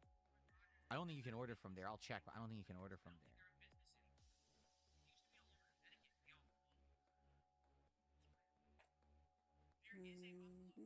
Oh, I can. I was hoping I couldn't. I tell you right now, it's not going to be good.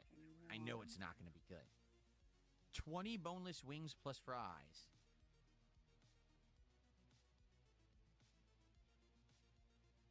Yeah, so you could pick different flavors.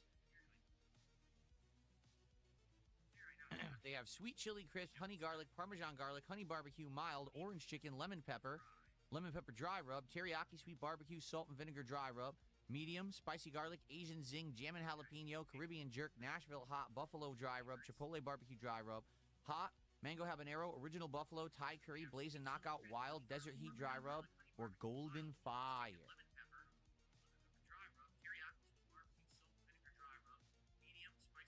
And then you get to pick your dipping sauces and veggies. You get ranch, carrot, blue cheese, celery, carrot, and celery. And then you get your your side, which is just regular fries, or you get beer battered onion rings, cheddar cheese curds, potato wedges, or large tots.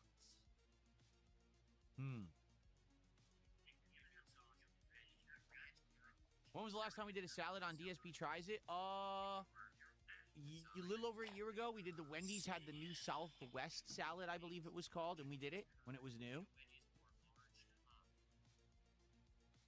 We did Wingstop already. Remember we did Wingstop and we were shocked because the bone-in wings were actually overcooked and terrible and the boneless were delicious. It made no sense. Should have been the other way around. No, White Castle is not on the West Coast. Can't do that, sadly.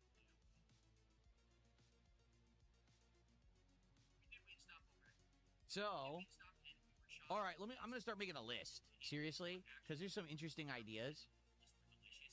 So, here we go. DSP Tries It ideas, right? So, we will do Buffalo Wild Wings, where we could do like a variety of wings. Nothing Bunt Cakes. We could do ice cream. I guess it would have to be Baskin Robbins.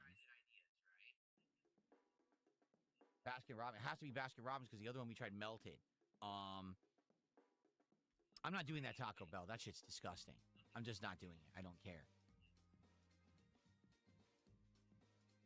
Cheesecake Factory doesn't take online orders for some reason. At one point they did because we ordered years ago, and we've checked recently, and they don't take online orders anymore. So I don't know what happened there. I'm not doing the Domino's bacon branch bullshit. That's disgusting. I'm not eating that. I refuse. Tim Hortons doesn't exist in our area, sadly.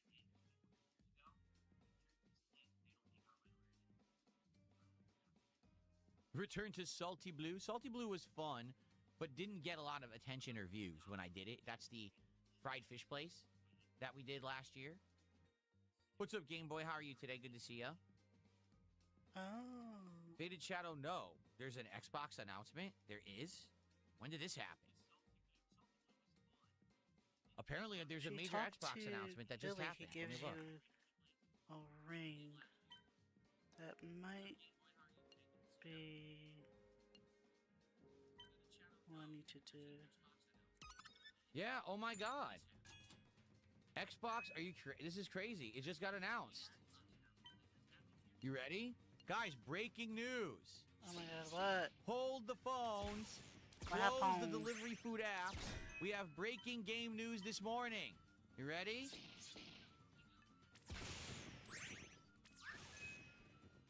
Xbox CEO Asha Sharma announces Project Helix as the codename for the next generation Xbox console. She revealed Project Helix, the codename, during a Team Xbox meeting and shared it on social media. The console will lead in performance and play both Xbox and PC games. So essentially, it's a Steam machine. More details to be provided at the Game Developers Conference next week.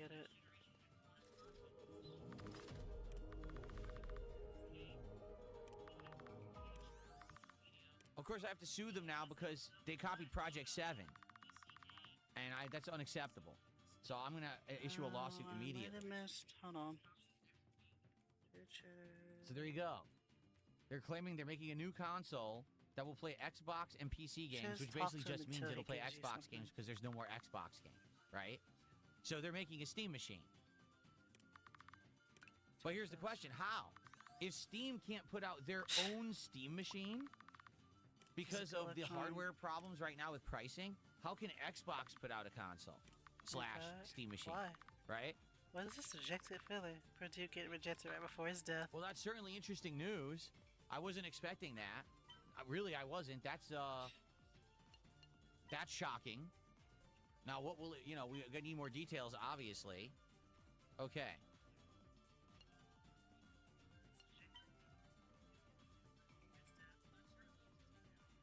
Can I recreate the iconic turning segment from Project 7? Oh, is he gonna do it? Oh, fuck off.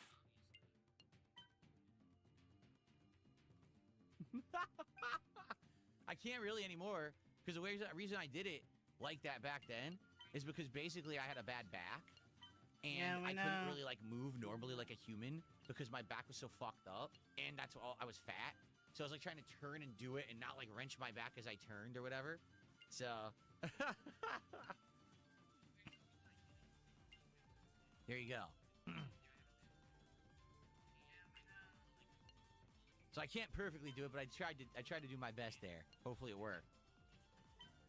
These are all passive skills, so nothing to really be done here. Don't have any aptitude. That's a passive Okay, skill. what was I saying? I got distracted. Oh, the new Xbox console. Yeah. So Project Helix. Did anyone see that coming? I didn't. Oh, he made it a little awkward when he didn't need to.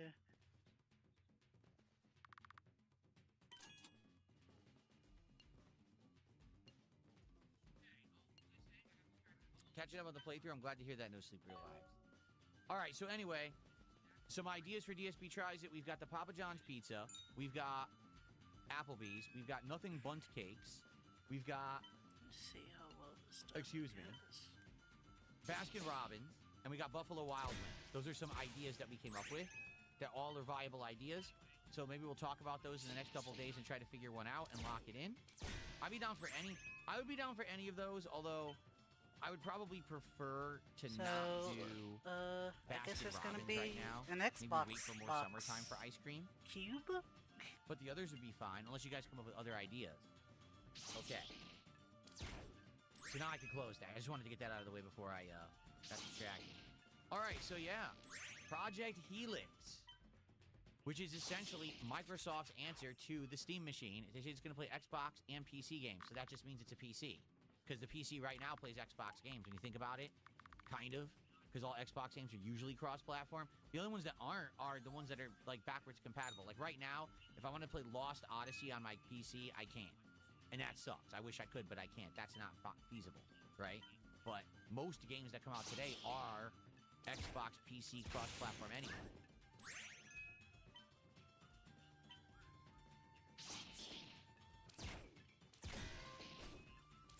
If I guard, I'll get some more MP back.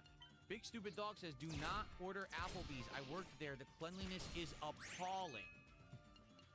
Great. Yeah, near Applebee's, but what about the one where you Sony would be made an ordering announcement from? that they're going to do the opposite of what Xbox is doing. Their games will be more PlayStation exclusive. No, I heard that. And all they're saying is, we don't think that we're getting extra sales by porting our games to PC. It takes extra work to do so. Like, for example, I think the game they cited was Spider-Man 2. They were like, on Xbox, it sold millions, excuse me. On PlayStation 5, it sold millions and millions of copies. And on PC, at the end of the day, it only sold 750K. Which isn't something to say, oh, I don't want that sales. But I guess what they're saying is, they'd rather just focus on making it console exclusive because it'll sell more consoles than that. Rather than saying, oh, just wait to play our games till they're ported to PC. If they're only going to make 750K more sales, they'd rather sell more consoles. I think I understand that. I think I understand that mentality. I do. So, I don't think I... There you go.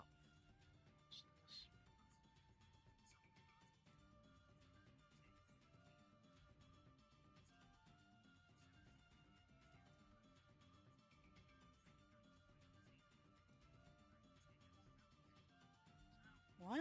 What do you Jason want Peter me to says, even... well, to be fair, their PC ports God, I don't come very fucking late, care. and they also don't perform Sorry. very well sometimes. I understand that too, right? I totally understand that.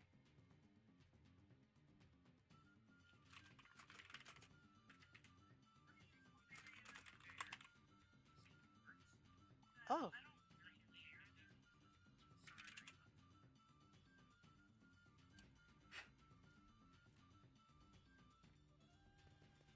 Just I did people see on the internet. Lanterns trailer. I did see it. It looks interesting because it's a completely different take on Green Lantern. Like, so different than what you would expect them to do. So maybe it makes sense for them to do it that way. I don't know. What I'm confused about is, wasn't there already a new Green Lantern in the Superman movie? Right? What's his name? I forgot his name. He's the cocky one that no one likes with the bull haircut. So he's the current Green Lantern, right? In the Oh my new God. DCU or whatever. So if that's the case, then why is there another show about two lanterns, and one's Hal Jordan and one's the new guy he's gonna pass it down to? But then where's the other Green Lantern come into play? That's what's confusing me. Unless they're saying this isn't in line with the DCU, in which case you're telling me they're already doing shit that's not in line this early.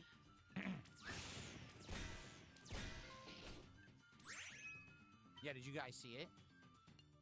So here's what it is. This new Lantern show, Hal Jordan is old. He's an old white guy, all right? Why do I need to know he's an old white guy? He's still the Lantern. He still You has can the just ring, say he's old. but It's basically fine. he's all washed up. Like, he has to train his successor to become the new Lantern for Earth. And he's training, I can't remember his name. The Lantern that was from the cartoons. He was voiced by Phil Lamar. Dude, I can't remember the name of this Lantern. Does anyone remember his name? What am I The talking Lantern, about? this particular Green Lantern that I'm thinking of. So he's basically going on almost like a road trip with the new Lantern to train him. John Stewart, thank you. It's John Stewart. That's the new Green Lantern he's trying to train, okay, to be his successor. So they're on a road trip, and he's trying to make him learn how to be heroic, control the powers or whatever. And I guess they stumble into a small town that apparently is super corrupt, and everything's messed up. And I don't think that was intentional. I think that it was just a coincidence this happens. So it plays out way less like a superhero show and more almost like a crime drama, if that makes sense. Imagine if two strangers walked into a small town, you found out the whole town's corrupt, including the sheriff and everyone. And so now you go on trying to discover who's in charge and clean it up or whatever. That seems like an interesting premise to me, but I don't know how it's going to work. It looked like the acting looked good, and the premise of the show looked good. And I was like, how is that possible? Because nothing superhero really is done very well these days. And especially after watching Peacemaker, which I hated for the record. I did not like Peacemaker Season 1. I never even bothered watching Season 2. I didn't have hopes that any of the DC shows they're going to come out with are going to be good. But this trailer actually looks good, right? So, but this is what I'm confused about. They just rebooted the DCU. There's a new Superman. There already is a new Green Lantern, right? Isn't his name Kal Rayner or something like that? I can't remember what that Green Lantern's name is, the one with the bowl haircut. So if that's the case, why is there another Green Lantern training another Green Lantern if there already is a Green Lantern? You know there's a whole group of Green Lanterns, right? Like they're a whole... I received a super chat. There's more than one Green Lantern. I received 100 kicks from Stanley Steamer. Thank you to Stanley Steamer for 100 kicks.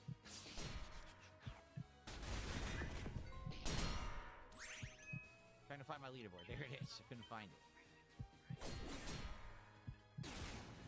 Guy Gardner, that's his name. Guy Gardner. That's the guy with the bull haircut. Yep. So I guess that's what's confusing to me. I didn't see the Superman movie. So I don't know what happens in it. Yeah, guys, listen. You know the deal. You know that trolls do stupid things on my streams. You know that they do these things. I have nothing to do with them. So I completely ignore them. And if you bring it up in chat, all you're doing is giving them the attention they want. That's why they're doing it. So just ignore it. Okay? Thank you. Stanley Steamer has gifted a sub now on Kick. Thank you to Stanley Steamer for a gifted sub. That's our first sub of the day.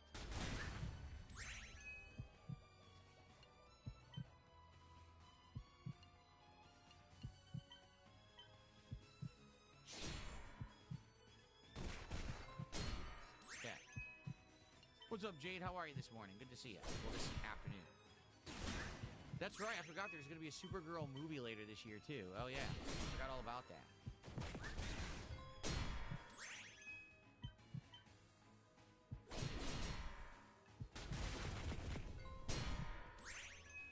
Did I see the gameplay for Alex in Street Fighter 6? Yeah, I didn't like it at all. He looks like a counter-hitting character, meaning, does he have good setups? Yes, but only if he counters what you're doing. Like, it seems like a lot of his moves will catch what other people are doing, and that's great, except if someone's defensive, he can't do shit. He doesn't seem like overall he's an offensive character. Does that make sense? And that's a problem. That's a real problem in Street Fighter 6. Like, if he can't do the rushdown that the top tier does, he will lose. Seriously, he will lose. So I don't think he's going to be very good. I'm going to try him. We'll try him this month when he comes out, but I don't think he's going to be very good. I could be wrong. I don't know.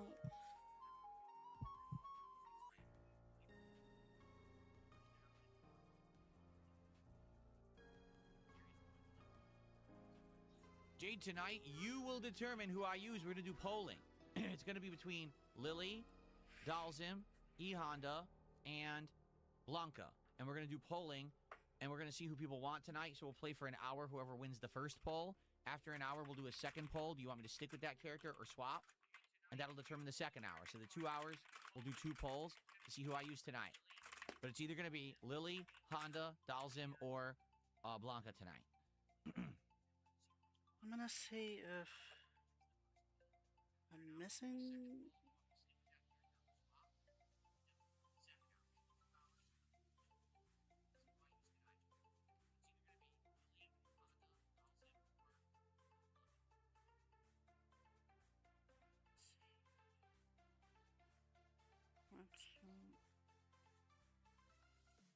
People making PDFs. When was the last time thing? I cooked a meal? Like, I cooked the whole meal for dinner? Like, sometimes I help my wife and I'll do parts of a meal. Like, for example, yesterday. Yesterday, she made homemade egg salad, and then I made the salad, the actual salad that we had. So I got the greens, I got the tomatoes, I got the croutons, a tiny bit of cheese, the dressing, and I tossed the salad, and I served the salad. And she made the egg salad, and we had egg salad sandwiches with a salad for dinner. Real salad. Veggie salad, egg salad. It was a double salad. Yes, I tossed the salad. That's correct.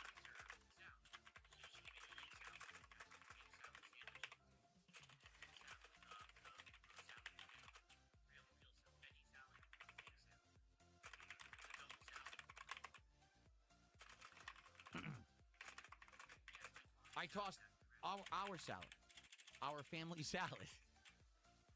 So to make it clear, I created and tossed the salad and served it, and we ate it. You were licking buttholes yesterday, okay? But I made salad for my family while you were licking someone's anus. Let's make Jesus Christ. Okay. Oh, what's that emo? Ugh. Ew. Oh, Also, the nasty tongue-ass emote in moving in the kick chat. It's disgusting. Jesus Christ. See, that's the difference between kick chat and YouTube chat. Kick chat has the moving emotes that are timely and funny as shit. And YouTube is just kind of boring. They never did moving emotes. They're so lazy over there. Anyway. Yikes. Kind of weird that this is. I don't know. Acid Rain, I have no idea. He says, who's your strongest Street Fighter 6 character? I don't know because I don't play enough. I don't play enough to even say I have a strong character. Seriously, like, I would have to be playing tons of times a week, like 3-4 times a week. I would have to be honing in on certain characters to learn all the matchups. I don't. I play, once a week? I barely play, like, once a month. If I rotate between all my characters, I play them once a month. There's, like, for 2 something hours. I'm missing, and that's not enough to say, oh, I got a strong character. I don't. I don't have a strong character.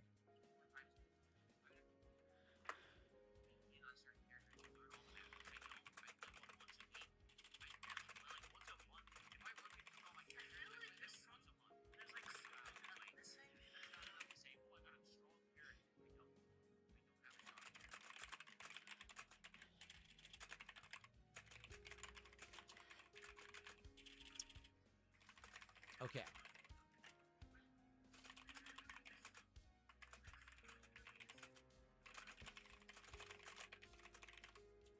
Blanca or Lily? You think Lily? I don't know about that. I don't know about Lily. Like, I'm good with Lily, but Lily is just so limited. Like, the only reason I get wins is because people don't know how to face her because no one uses her. Like, that's why I win with Lily. Oh, crap. Did I actually... Yes, Roy, we just talked about the Xbox Helix. There's nothing really to talk about. Besides that, it plays Xbox and PC games. That's it. But it was on the... When I clicked it... Okay, hold on. I'm just gonna close the game out.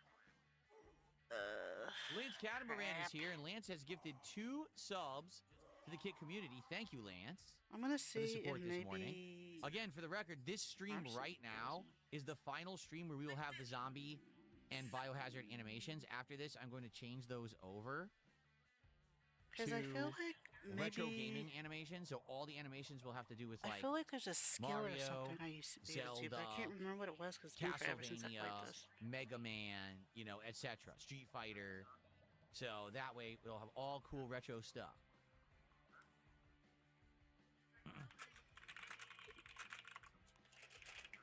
Thank you, Lance, for the support. Appreciate that. Again, let's have a really well engaged and supported conclusion stream of Resident Evil today. Let's do it.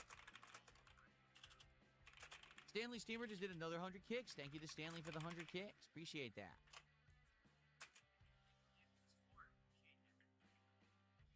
Secret Rain says actually he thinks that Dalsim. Yeah, I say my Dalsim is good, but I need to play more. My problem with Dalsim is if I play perfectly and I zone the character, I can win. And I can hang against really good players. The problem is I make a mistake and it's over. Like, literally, I make one mistake and it's fucking over. Like, there's nothing I can do. Like, shit. It's over. They're in my face and I can't get them out of my face because Dalsim really doesn't have the ability to do that unless he kind of gets lucky. So...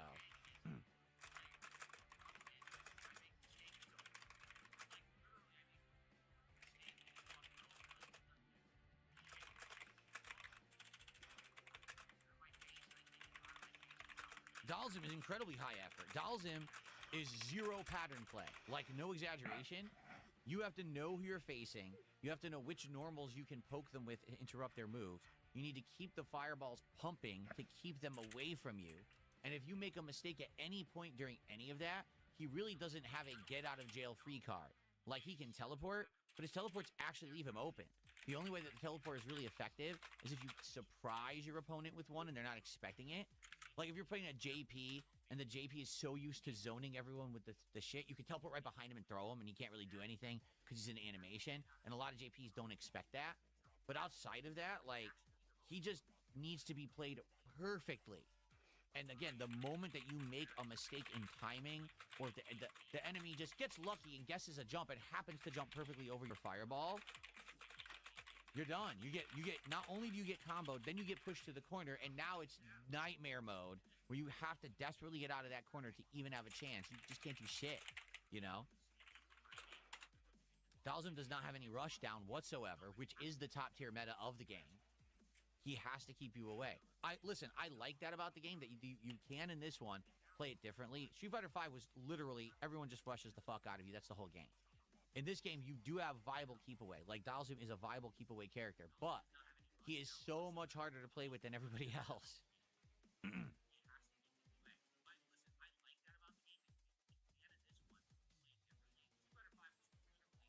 I don't really want to have to start over the game because I missed how to do a thing. But, like, I feel like... Dingus Dongle is trying to bait me into a debate between delay-based and rollback netcode. It's this simple. Neither are sufficient for modern fighting games. I can change the... Delay-based, you know when it lags because the game slows down and it's not good. Rollback, you don't know when the game's lagging because it doesn't show it physically on the screen unless it's so bad that it skips around. But also it's bad. Like, they're both bad. Neither is good. The rollback makes the game look good if you're a streamer. So if you're running a tournament or you're streaming content for your audience, you want a game with rollback netcode because it's viewable. But they both suck. Competitively, they're both terrible. There needs to be something found that's better than both, and no one's trying to do that because everyone just believes that the rollback is good when it's not. That simple. They're not good either. Neither one is good.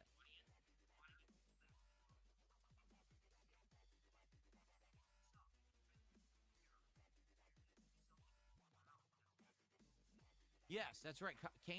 Kane says, if PlayStation has PC ports and Xbox will play PC games, does this mean you can play PlayStation games on Xbox? Yes, except we just said Sony has announced they're not going to port their games to PC anymore. Like, they don't feel like the time investment was worth it.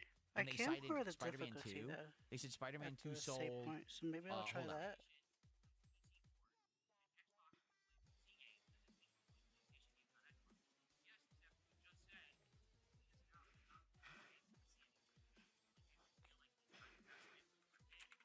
So, Marvel Spider-Man 2 sold over 11 million units within only 6 months on PlayStation.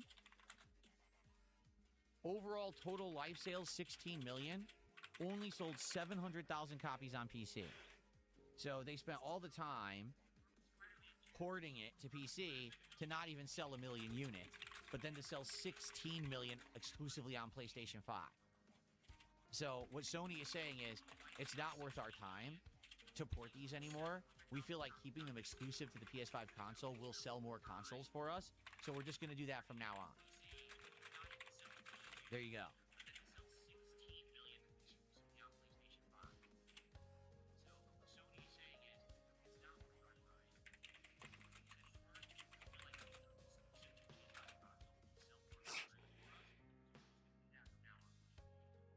Any chance of playing Cammy to see how OP she is? No, I already know how OP she is. I don't need to play her to show that. Just take a look at the results. Still to this day, ridiculous amounts of people use her, even though top tier players say she's not top tier anymore. Everyone still pattern plays her online and wins endlessly, and that's why there's a zillion Cammys in fucking Master. I think the only character right now that's more predominant is Mai, because Mai I think is actually even worse, but Cammy is also, you know, still to this day that character. You just play the pattern and you win easily online. There's nothing you can really do about it. I feel like she wouldn't be as bad offline, because offline, every time she does the flip, you can just hit it. But online, every time you try to react to it, your move comes out late and then you get stuck. So that's the problem. Play with Jamie. I already explained at this point in Street Fighter 6's life cycle, the only new characters I'm going to pick up are new characters, meaning new DLC characters, and that's it. There's no way that I'm going to go to the drawing board with the character, start learning them from the ground up. It's not going to work. It's going to be too much effort. It has to be, you know, literally just start. It's a new character. Everyone's day one trying them. Everyone's on the same level. That's fine, but I'm not picking up older characters and starting them new now. It's too much of an investment, too difficult of an endeavor, and it's not going to pay dividends.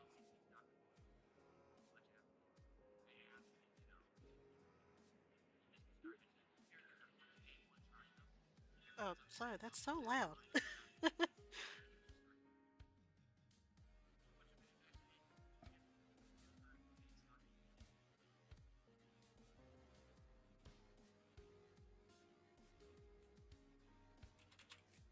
I did play with Terry. When Terry was a new DLC character, I tried him.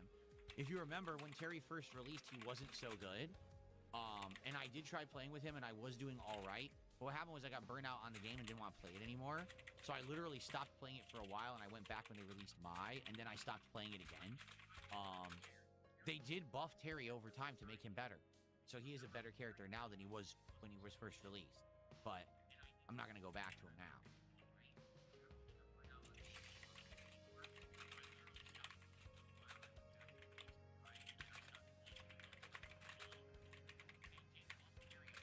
How would Daigo beat Cammy? He would play the game 20 to 30 times more than I do.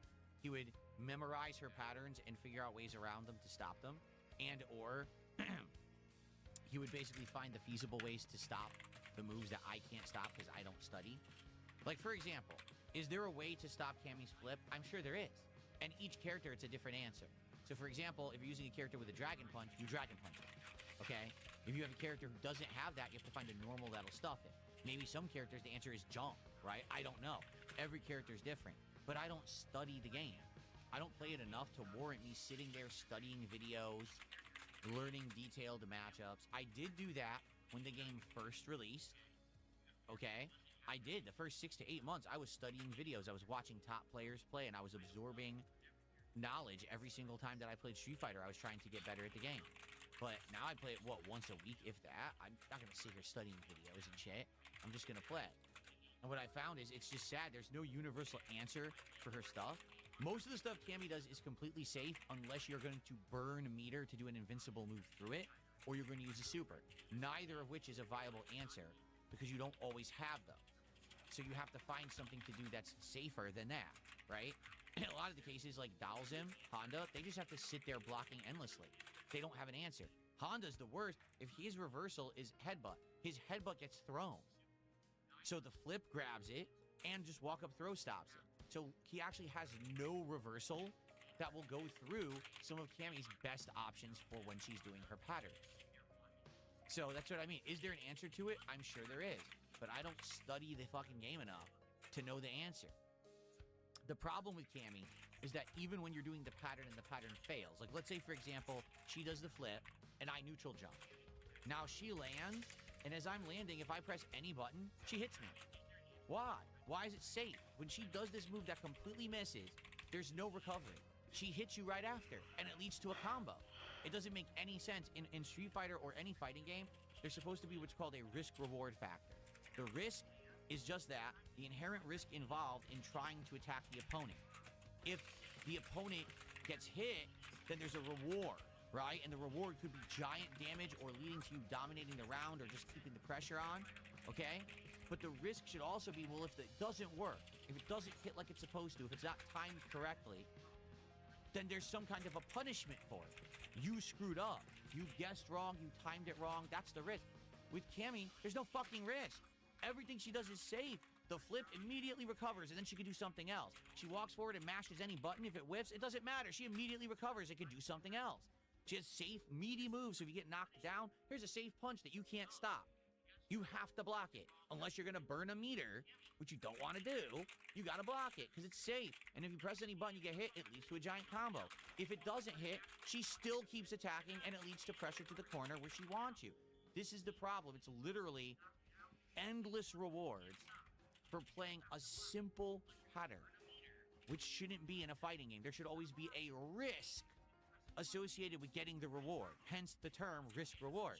But with Cammy, it's no risk, all reward, 90% of the time. In fact, what I'm having problems with is that it seems like the only time you can legitimately get Cammy's go is to make her make stupid moves. Meaning, you interrupt that pattern, that flow that she has, and now, if the Cammy's not a good player, they don't know how to react when they can't play their pattern. But if they play the pattern well, it seems foolproof against a lot of the cast. Notably, a lot of the mid to low tier characters I use don't seem to have viable ways around what she does. Which maybe is why they are mid to low tier to begin with, right?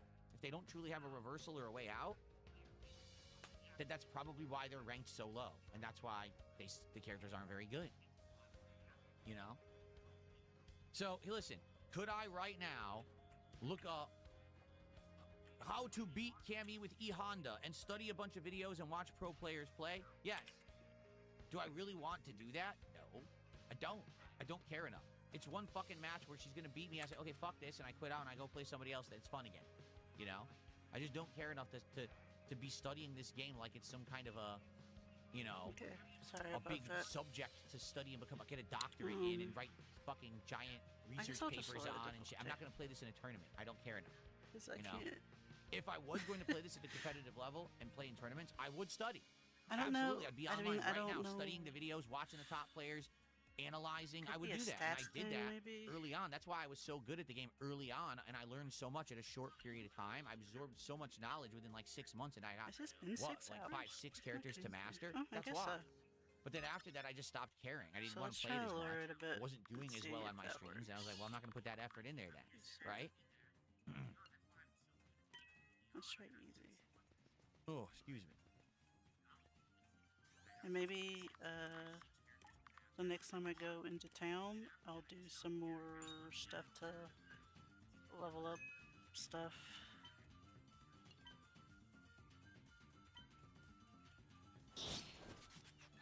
Sweetie Hex because of my trolls, that's why. My trolls think that messing with me like that does anything. It doesn't.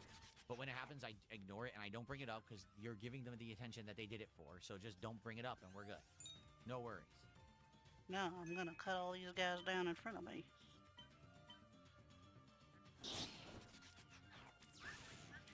Okay. Alright, folks. So, any other topics to discuss today? Anything else Q&A? Or shall we prepare to wrap up the show for today? And by the way, there will be a Level 1 podcast on Sunday when I return from my day off on Saturday. There will not be any morning show or podcast tomorrow because tomorrow is the Retro-thon, where we're playing retro games all day long. I'm very excited for that, obviously. It's going to be a good event. I hope you'll be here tomorrow. If you can make it, it should be a fun day of throwback Nintendo vibes all day long.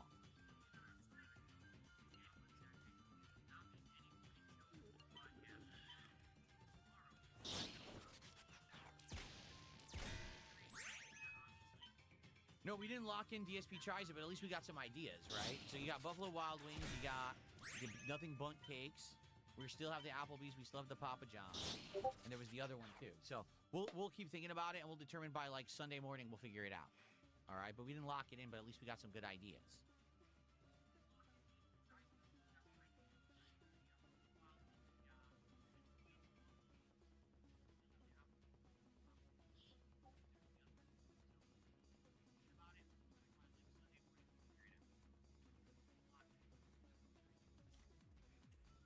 What's up, Satan? How are you? I'm looking forward to your marathon tomorrow. Me too. I'm excited.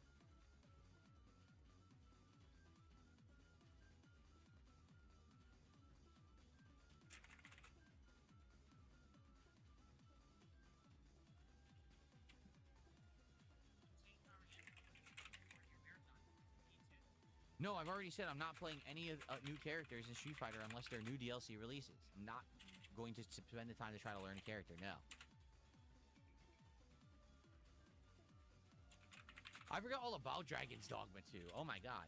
Ashrun says there's a Capcom Spotlight today. There is. I forgot about that. And they said that they hope that there's DLC for Dragon's Dogma 2. I forgot the game even existed.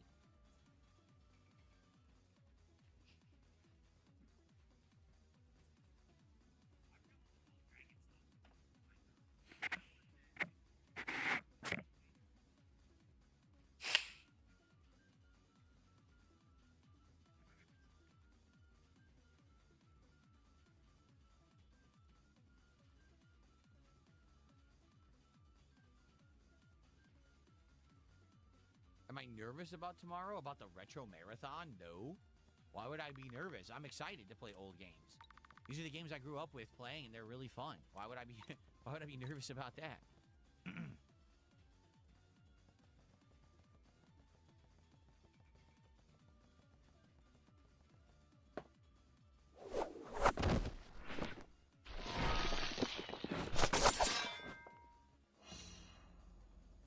What are we going to do after I finish Resident Evil 9? Well, number one, people are saying there's 2 endings.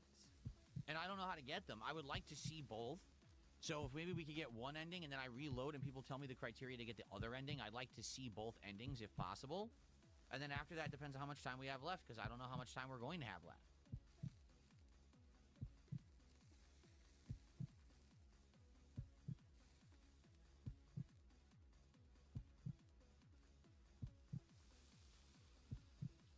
What's the difference between the morning show and the Level 1 podcast? Well, the difference is that people endlessly ask me the difference, and I explain it over and over, and they don't listen. That's the difference between the shows.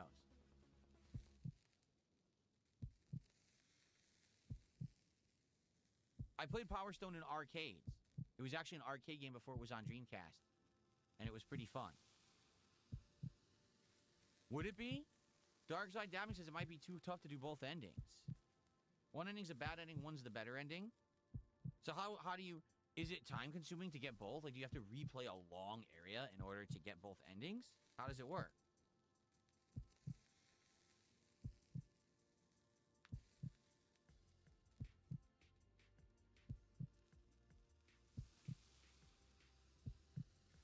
What's up, Kimikaze? How are you?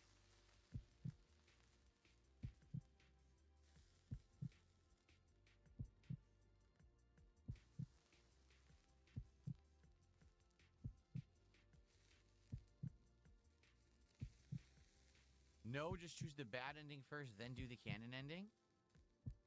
How do you... So there's a choice, a distinct choice you have to make?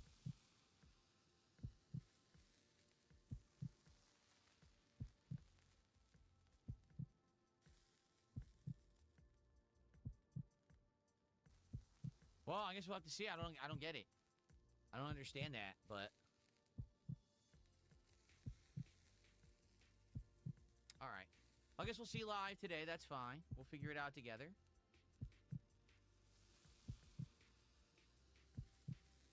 And of course the question is, what's the canon ending? Ooh.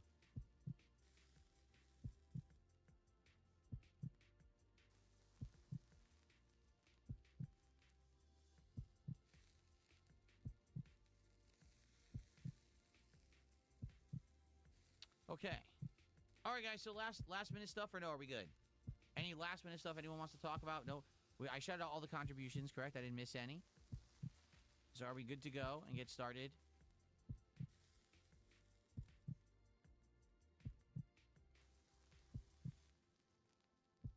Get rid of that crap there. There we go. Okay.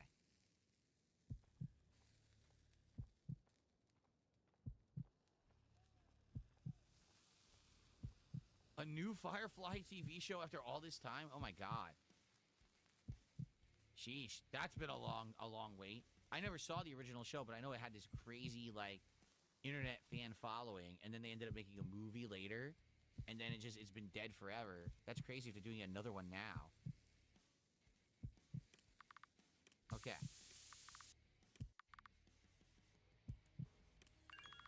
Alright, guys. It's time to end the show, so just a reminder.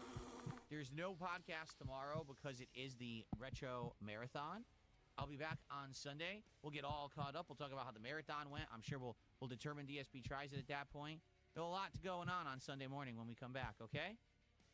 All right. It was a good show. I enjoyed my time with all of you. I hope that you guys enjoyed as well. What are we doing on Sunday morning? And I want to say thank you for hanging out with me today on the Level 1 podcast. Sorry about... I hope you'll stick around for the conclusion of Resident Evil Requiem. I hope that you'll be here for the Retrothon tomorrow. And of course, I hope to see you on the next episode on Sunday. Thank you for watching, everyone. Peace out, and see you then. My nose is running. Let's see if I can beat this guy now that okay. I'm playing on easy mode. Good stuff. Let's get set up. It is time for our break. We're going to take the break now, so that way I don't have to take the break after. We can just finish the game and spend, I'm gonna try not to interrupt it again. Well, let me get set up here. Yeah, see, like, you deflect bullets, and I feel like there was something I could do to, like, reflect things, but I can't remember what it is, and I don't know if it's in the game somewhere for me to find it. I'll have to go look, but I feel like that's what I was supposed to do. Okay. I'll have to look in the game closely to see. But I feel like during, like, the original demo, it told you that there was something you could do. Mic in place, a million things to do. That would help you reflect damage, or if you hit something the right way, you could lessen it or something. But I can't remember what it was. The sound bump up. Last time I have to buff but I think that's what I'm missing, and that's why I'm getting my butt kicked. Alright, But we'll just play this one on easy mode. Swap. It's actually see some effects here. There we go. Let's get the microphone in the right spot, and then you guys can watch some highlight clips. I'll go on my one break, and then we're back for the finale of Resident Evil Requiem. Okay, guys? Sorry, my nose is a little runny. To be faster to do. Like, I think Flawless does do more damage, it just attacks everybody. Okay. Alright. Yeah, in the meantime, enjoy some highlight clips. And I'll be back in a few minutes, I honestly, and then we will begin with the finale. it's totally a skill issue, because I really do think there's like a skill that I was taught, and I just don't remember, because I haven't played this game in... What is my last play time? Hold on, I can move this and see. I was gonna say last play today, but it's been a while. But yeah, I'm not gonna pull a Phil and be like, oh, why is the game like this? It's legit, like, I don't remember what the thing is for it. I'll have to go dig around for it. It's either in here and I'll find it online somewhere.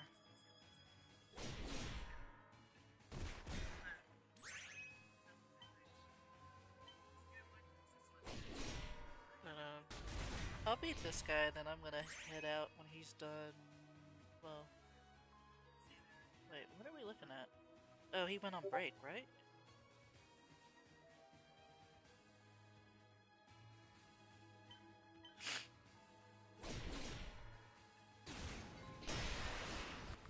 Okay.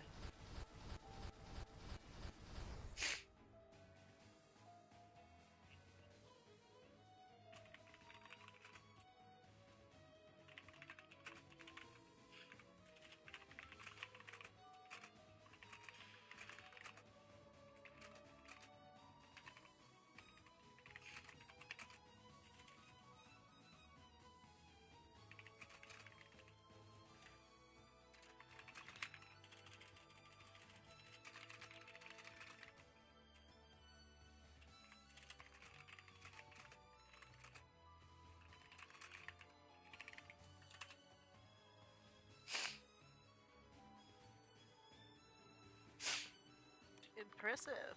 He shattered its core. Oh man, I can't use it? It's done for it, so are the rest of the army.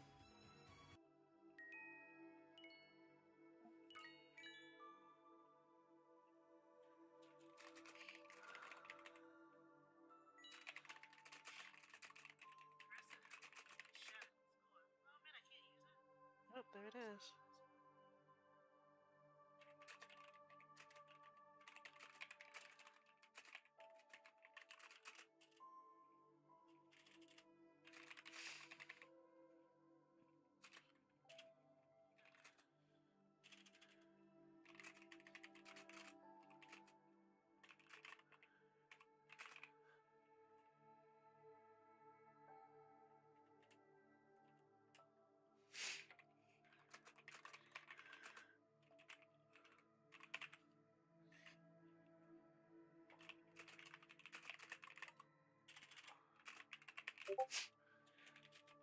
There's a small iron game for the Restream too. You can play it now on YouTube. Oh, that's cool. That was just from a, Oh, is he messaged me? What?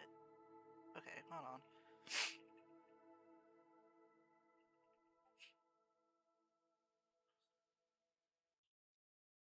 Well, we beat this guy. So let me just... I'm exhausted. The remaining A-monos are disabled. It's fortunate we managed to pull it off. I found out about the decision earlier. Can we cut... Let's head back, shall we? I'm worried about them. Roger. Oh! What's that? What is that? Keep your voice down! What is that? Even looking from a distance, a terrifying, oversized blood stain? I have no idea what it is, but analyzing its movements is just it's not just wandering randomly. Remember what I told you? These are the types you should be extremely cautious of. Its entire lower body is covered in red. We have to leave now. Make sure it doesn't spot you. Hurry up!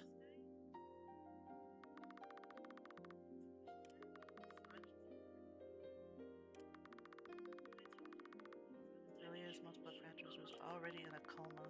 This is Squad made their escape back to Sunnyside.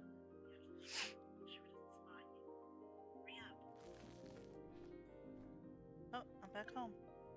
Alright. Can I save? Should be able to.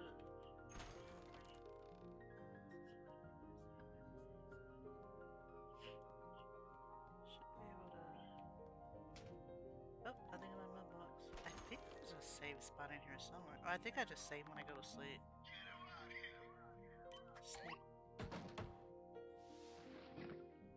I slept.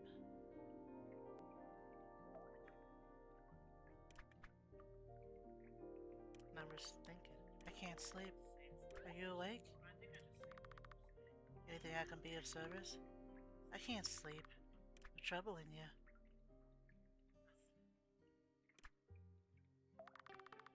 It's been thinking about how to save the world. Nice. Well, good luck on that. I want to end world hunger. Any closer and your lips will touch me. Mwah! Oh, shake about you. Okay, good night. Bye-bye.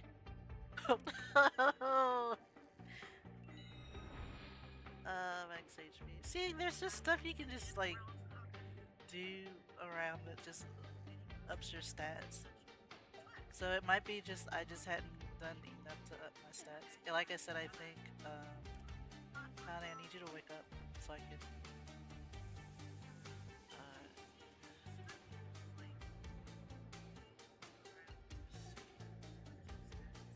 if I exit, will it say where I was?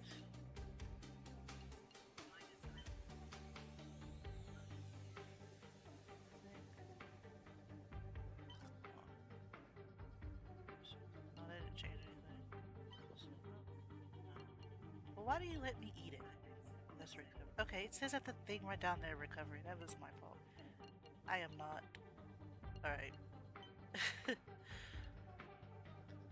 I'm gonna hope that it auto-save probably when we get back to the house.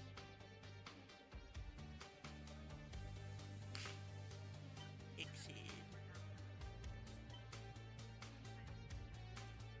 Oh, the music carries on. That's pretty cool. Anyway, that's Artis Impact. I'll be playing it on Fridays. I'm using these as excuses to, using at least the Friday restreams as excuses to, finally work through my backlog of games. Right now, I have a section on Twitter, not Twitter, on Steam that's called Headed to the End, where I put all my games that I'm pretty sure have a definite ending of some sort. There's some I'm not quite sure with, like I got Darkwood because people said it's hard but it's good, but I don't know if it has a definite ending. I don't Planet Crafter, I don't think technically has a definite ending. I'm pretty sure you can just keep planting forever on it, keep growing your. It does have a definite ending. I might put it in my Endless 8 thing. There's a couple of prologues in here, like for Ocean World and Off. And I've got stuff like Near Tomato. I call it Near a Tomato, Near Automata. I don't know if Keep Driving has an end, and feels like another Endless 8 kind of game. I bet Heaven doesn't respond in Release. I think Easy Delivery Code might have an ending. I bet Disco Elysium, but I have to be in an extremely particular mood to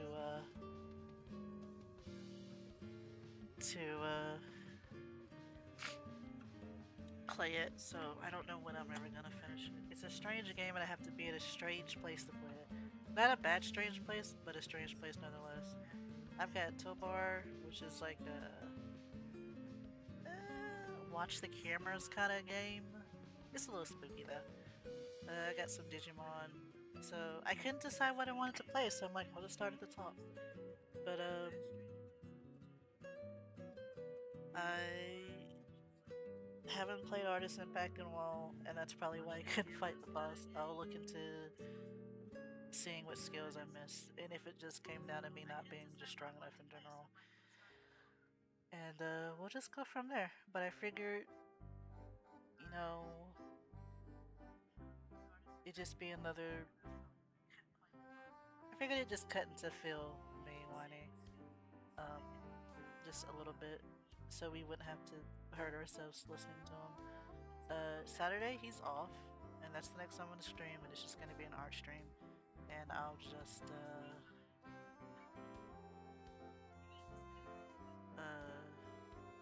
do art and probably maybe try to maybe this week listen to Lo-Fi Girl. Maybe while I draw, I've got some characters for a comic that is all like scripted out to the end, but I never did any like character designs. I think it's because I had some and I was gonna go in one direction, but then I didn't like that direction and I just put it to the side. And I was like, hey, if I want to start doing comics again, I should probably do the one that's scripted all the way, so I know like where I'm going with it and everything. And I know that I'll finish it hopefully at some point because it has a definite ending. But I looked through the notes for it, and no one had any character designs, and I don't know. I'm assuming, like I said, that I I know I was gonna go in one direction with the designs, but I didn't like that direction, and I guess I must have just put it aside to do later. Well, now it's later, so I want to draw up some of the character designs she used for references and pictures and stuff like that. So that's what we're gonna do Saturday. Um, so until then, I will see you. I guess I'll see you later, my little mini bosses.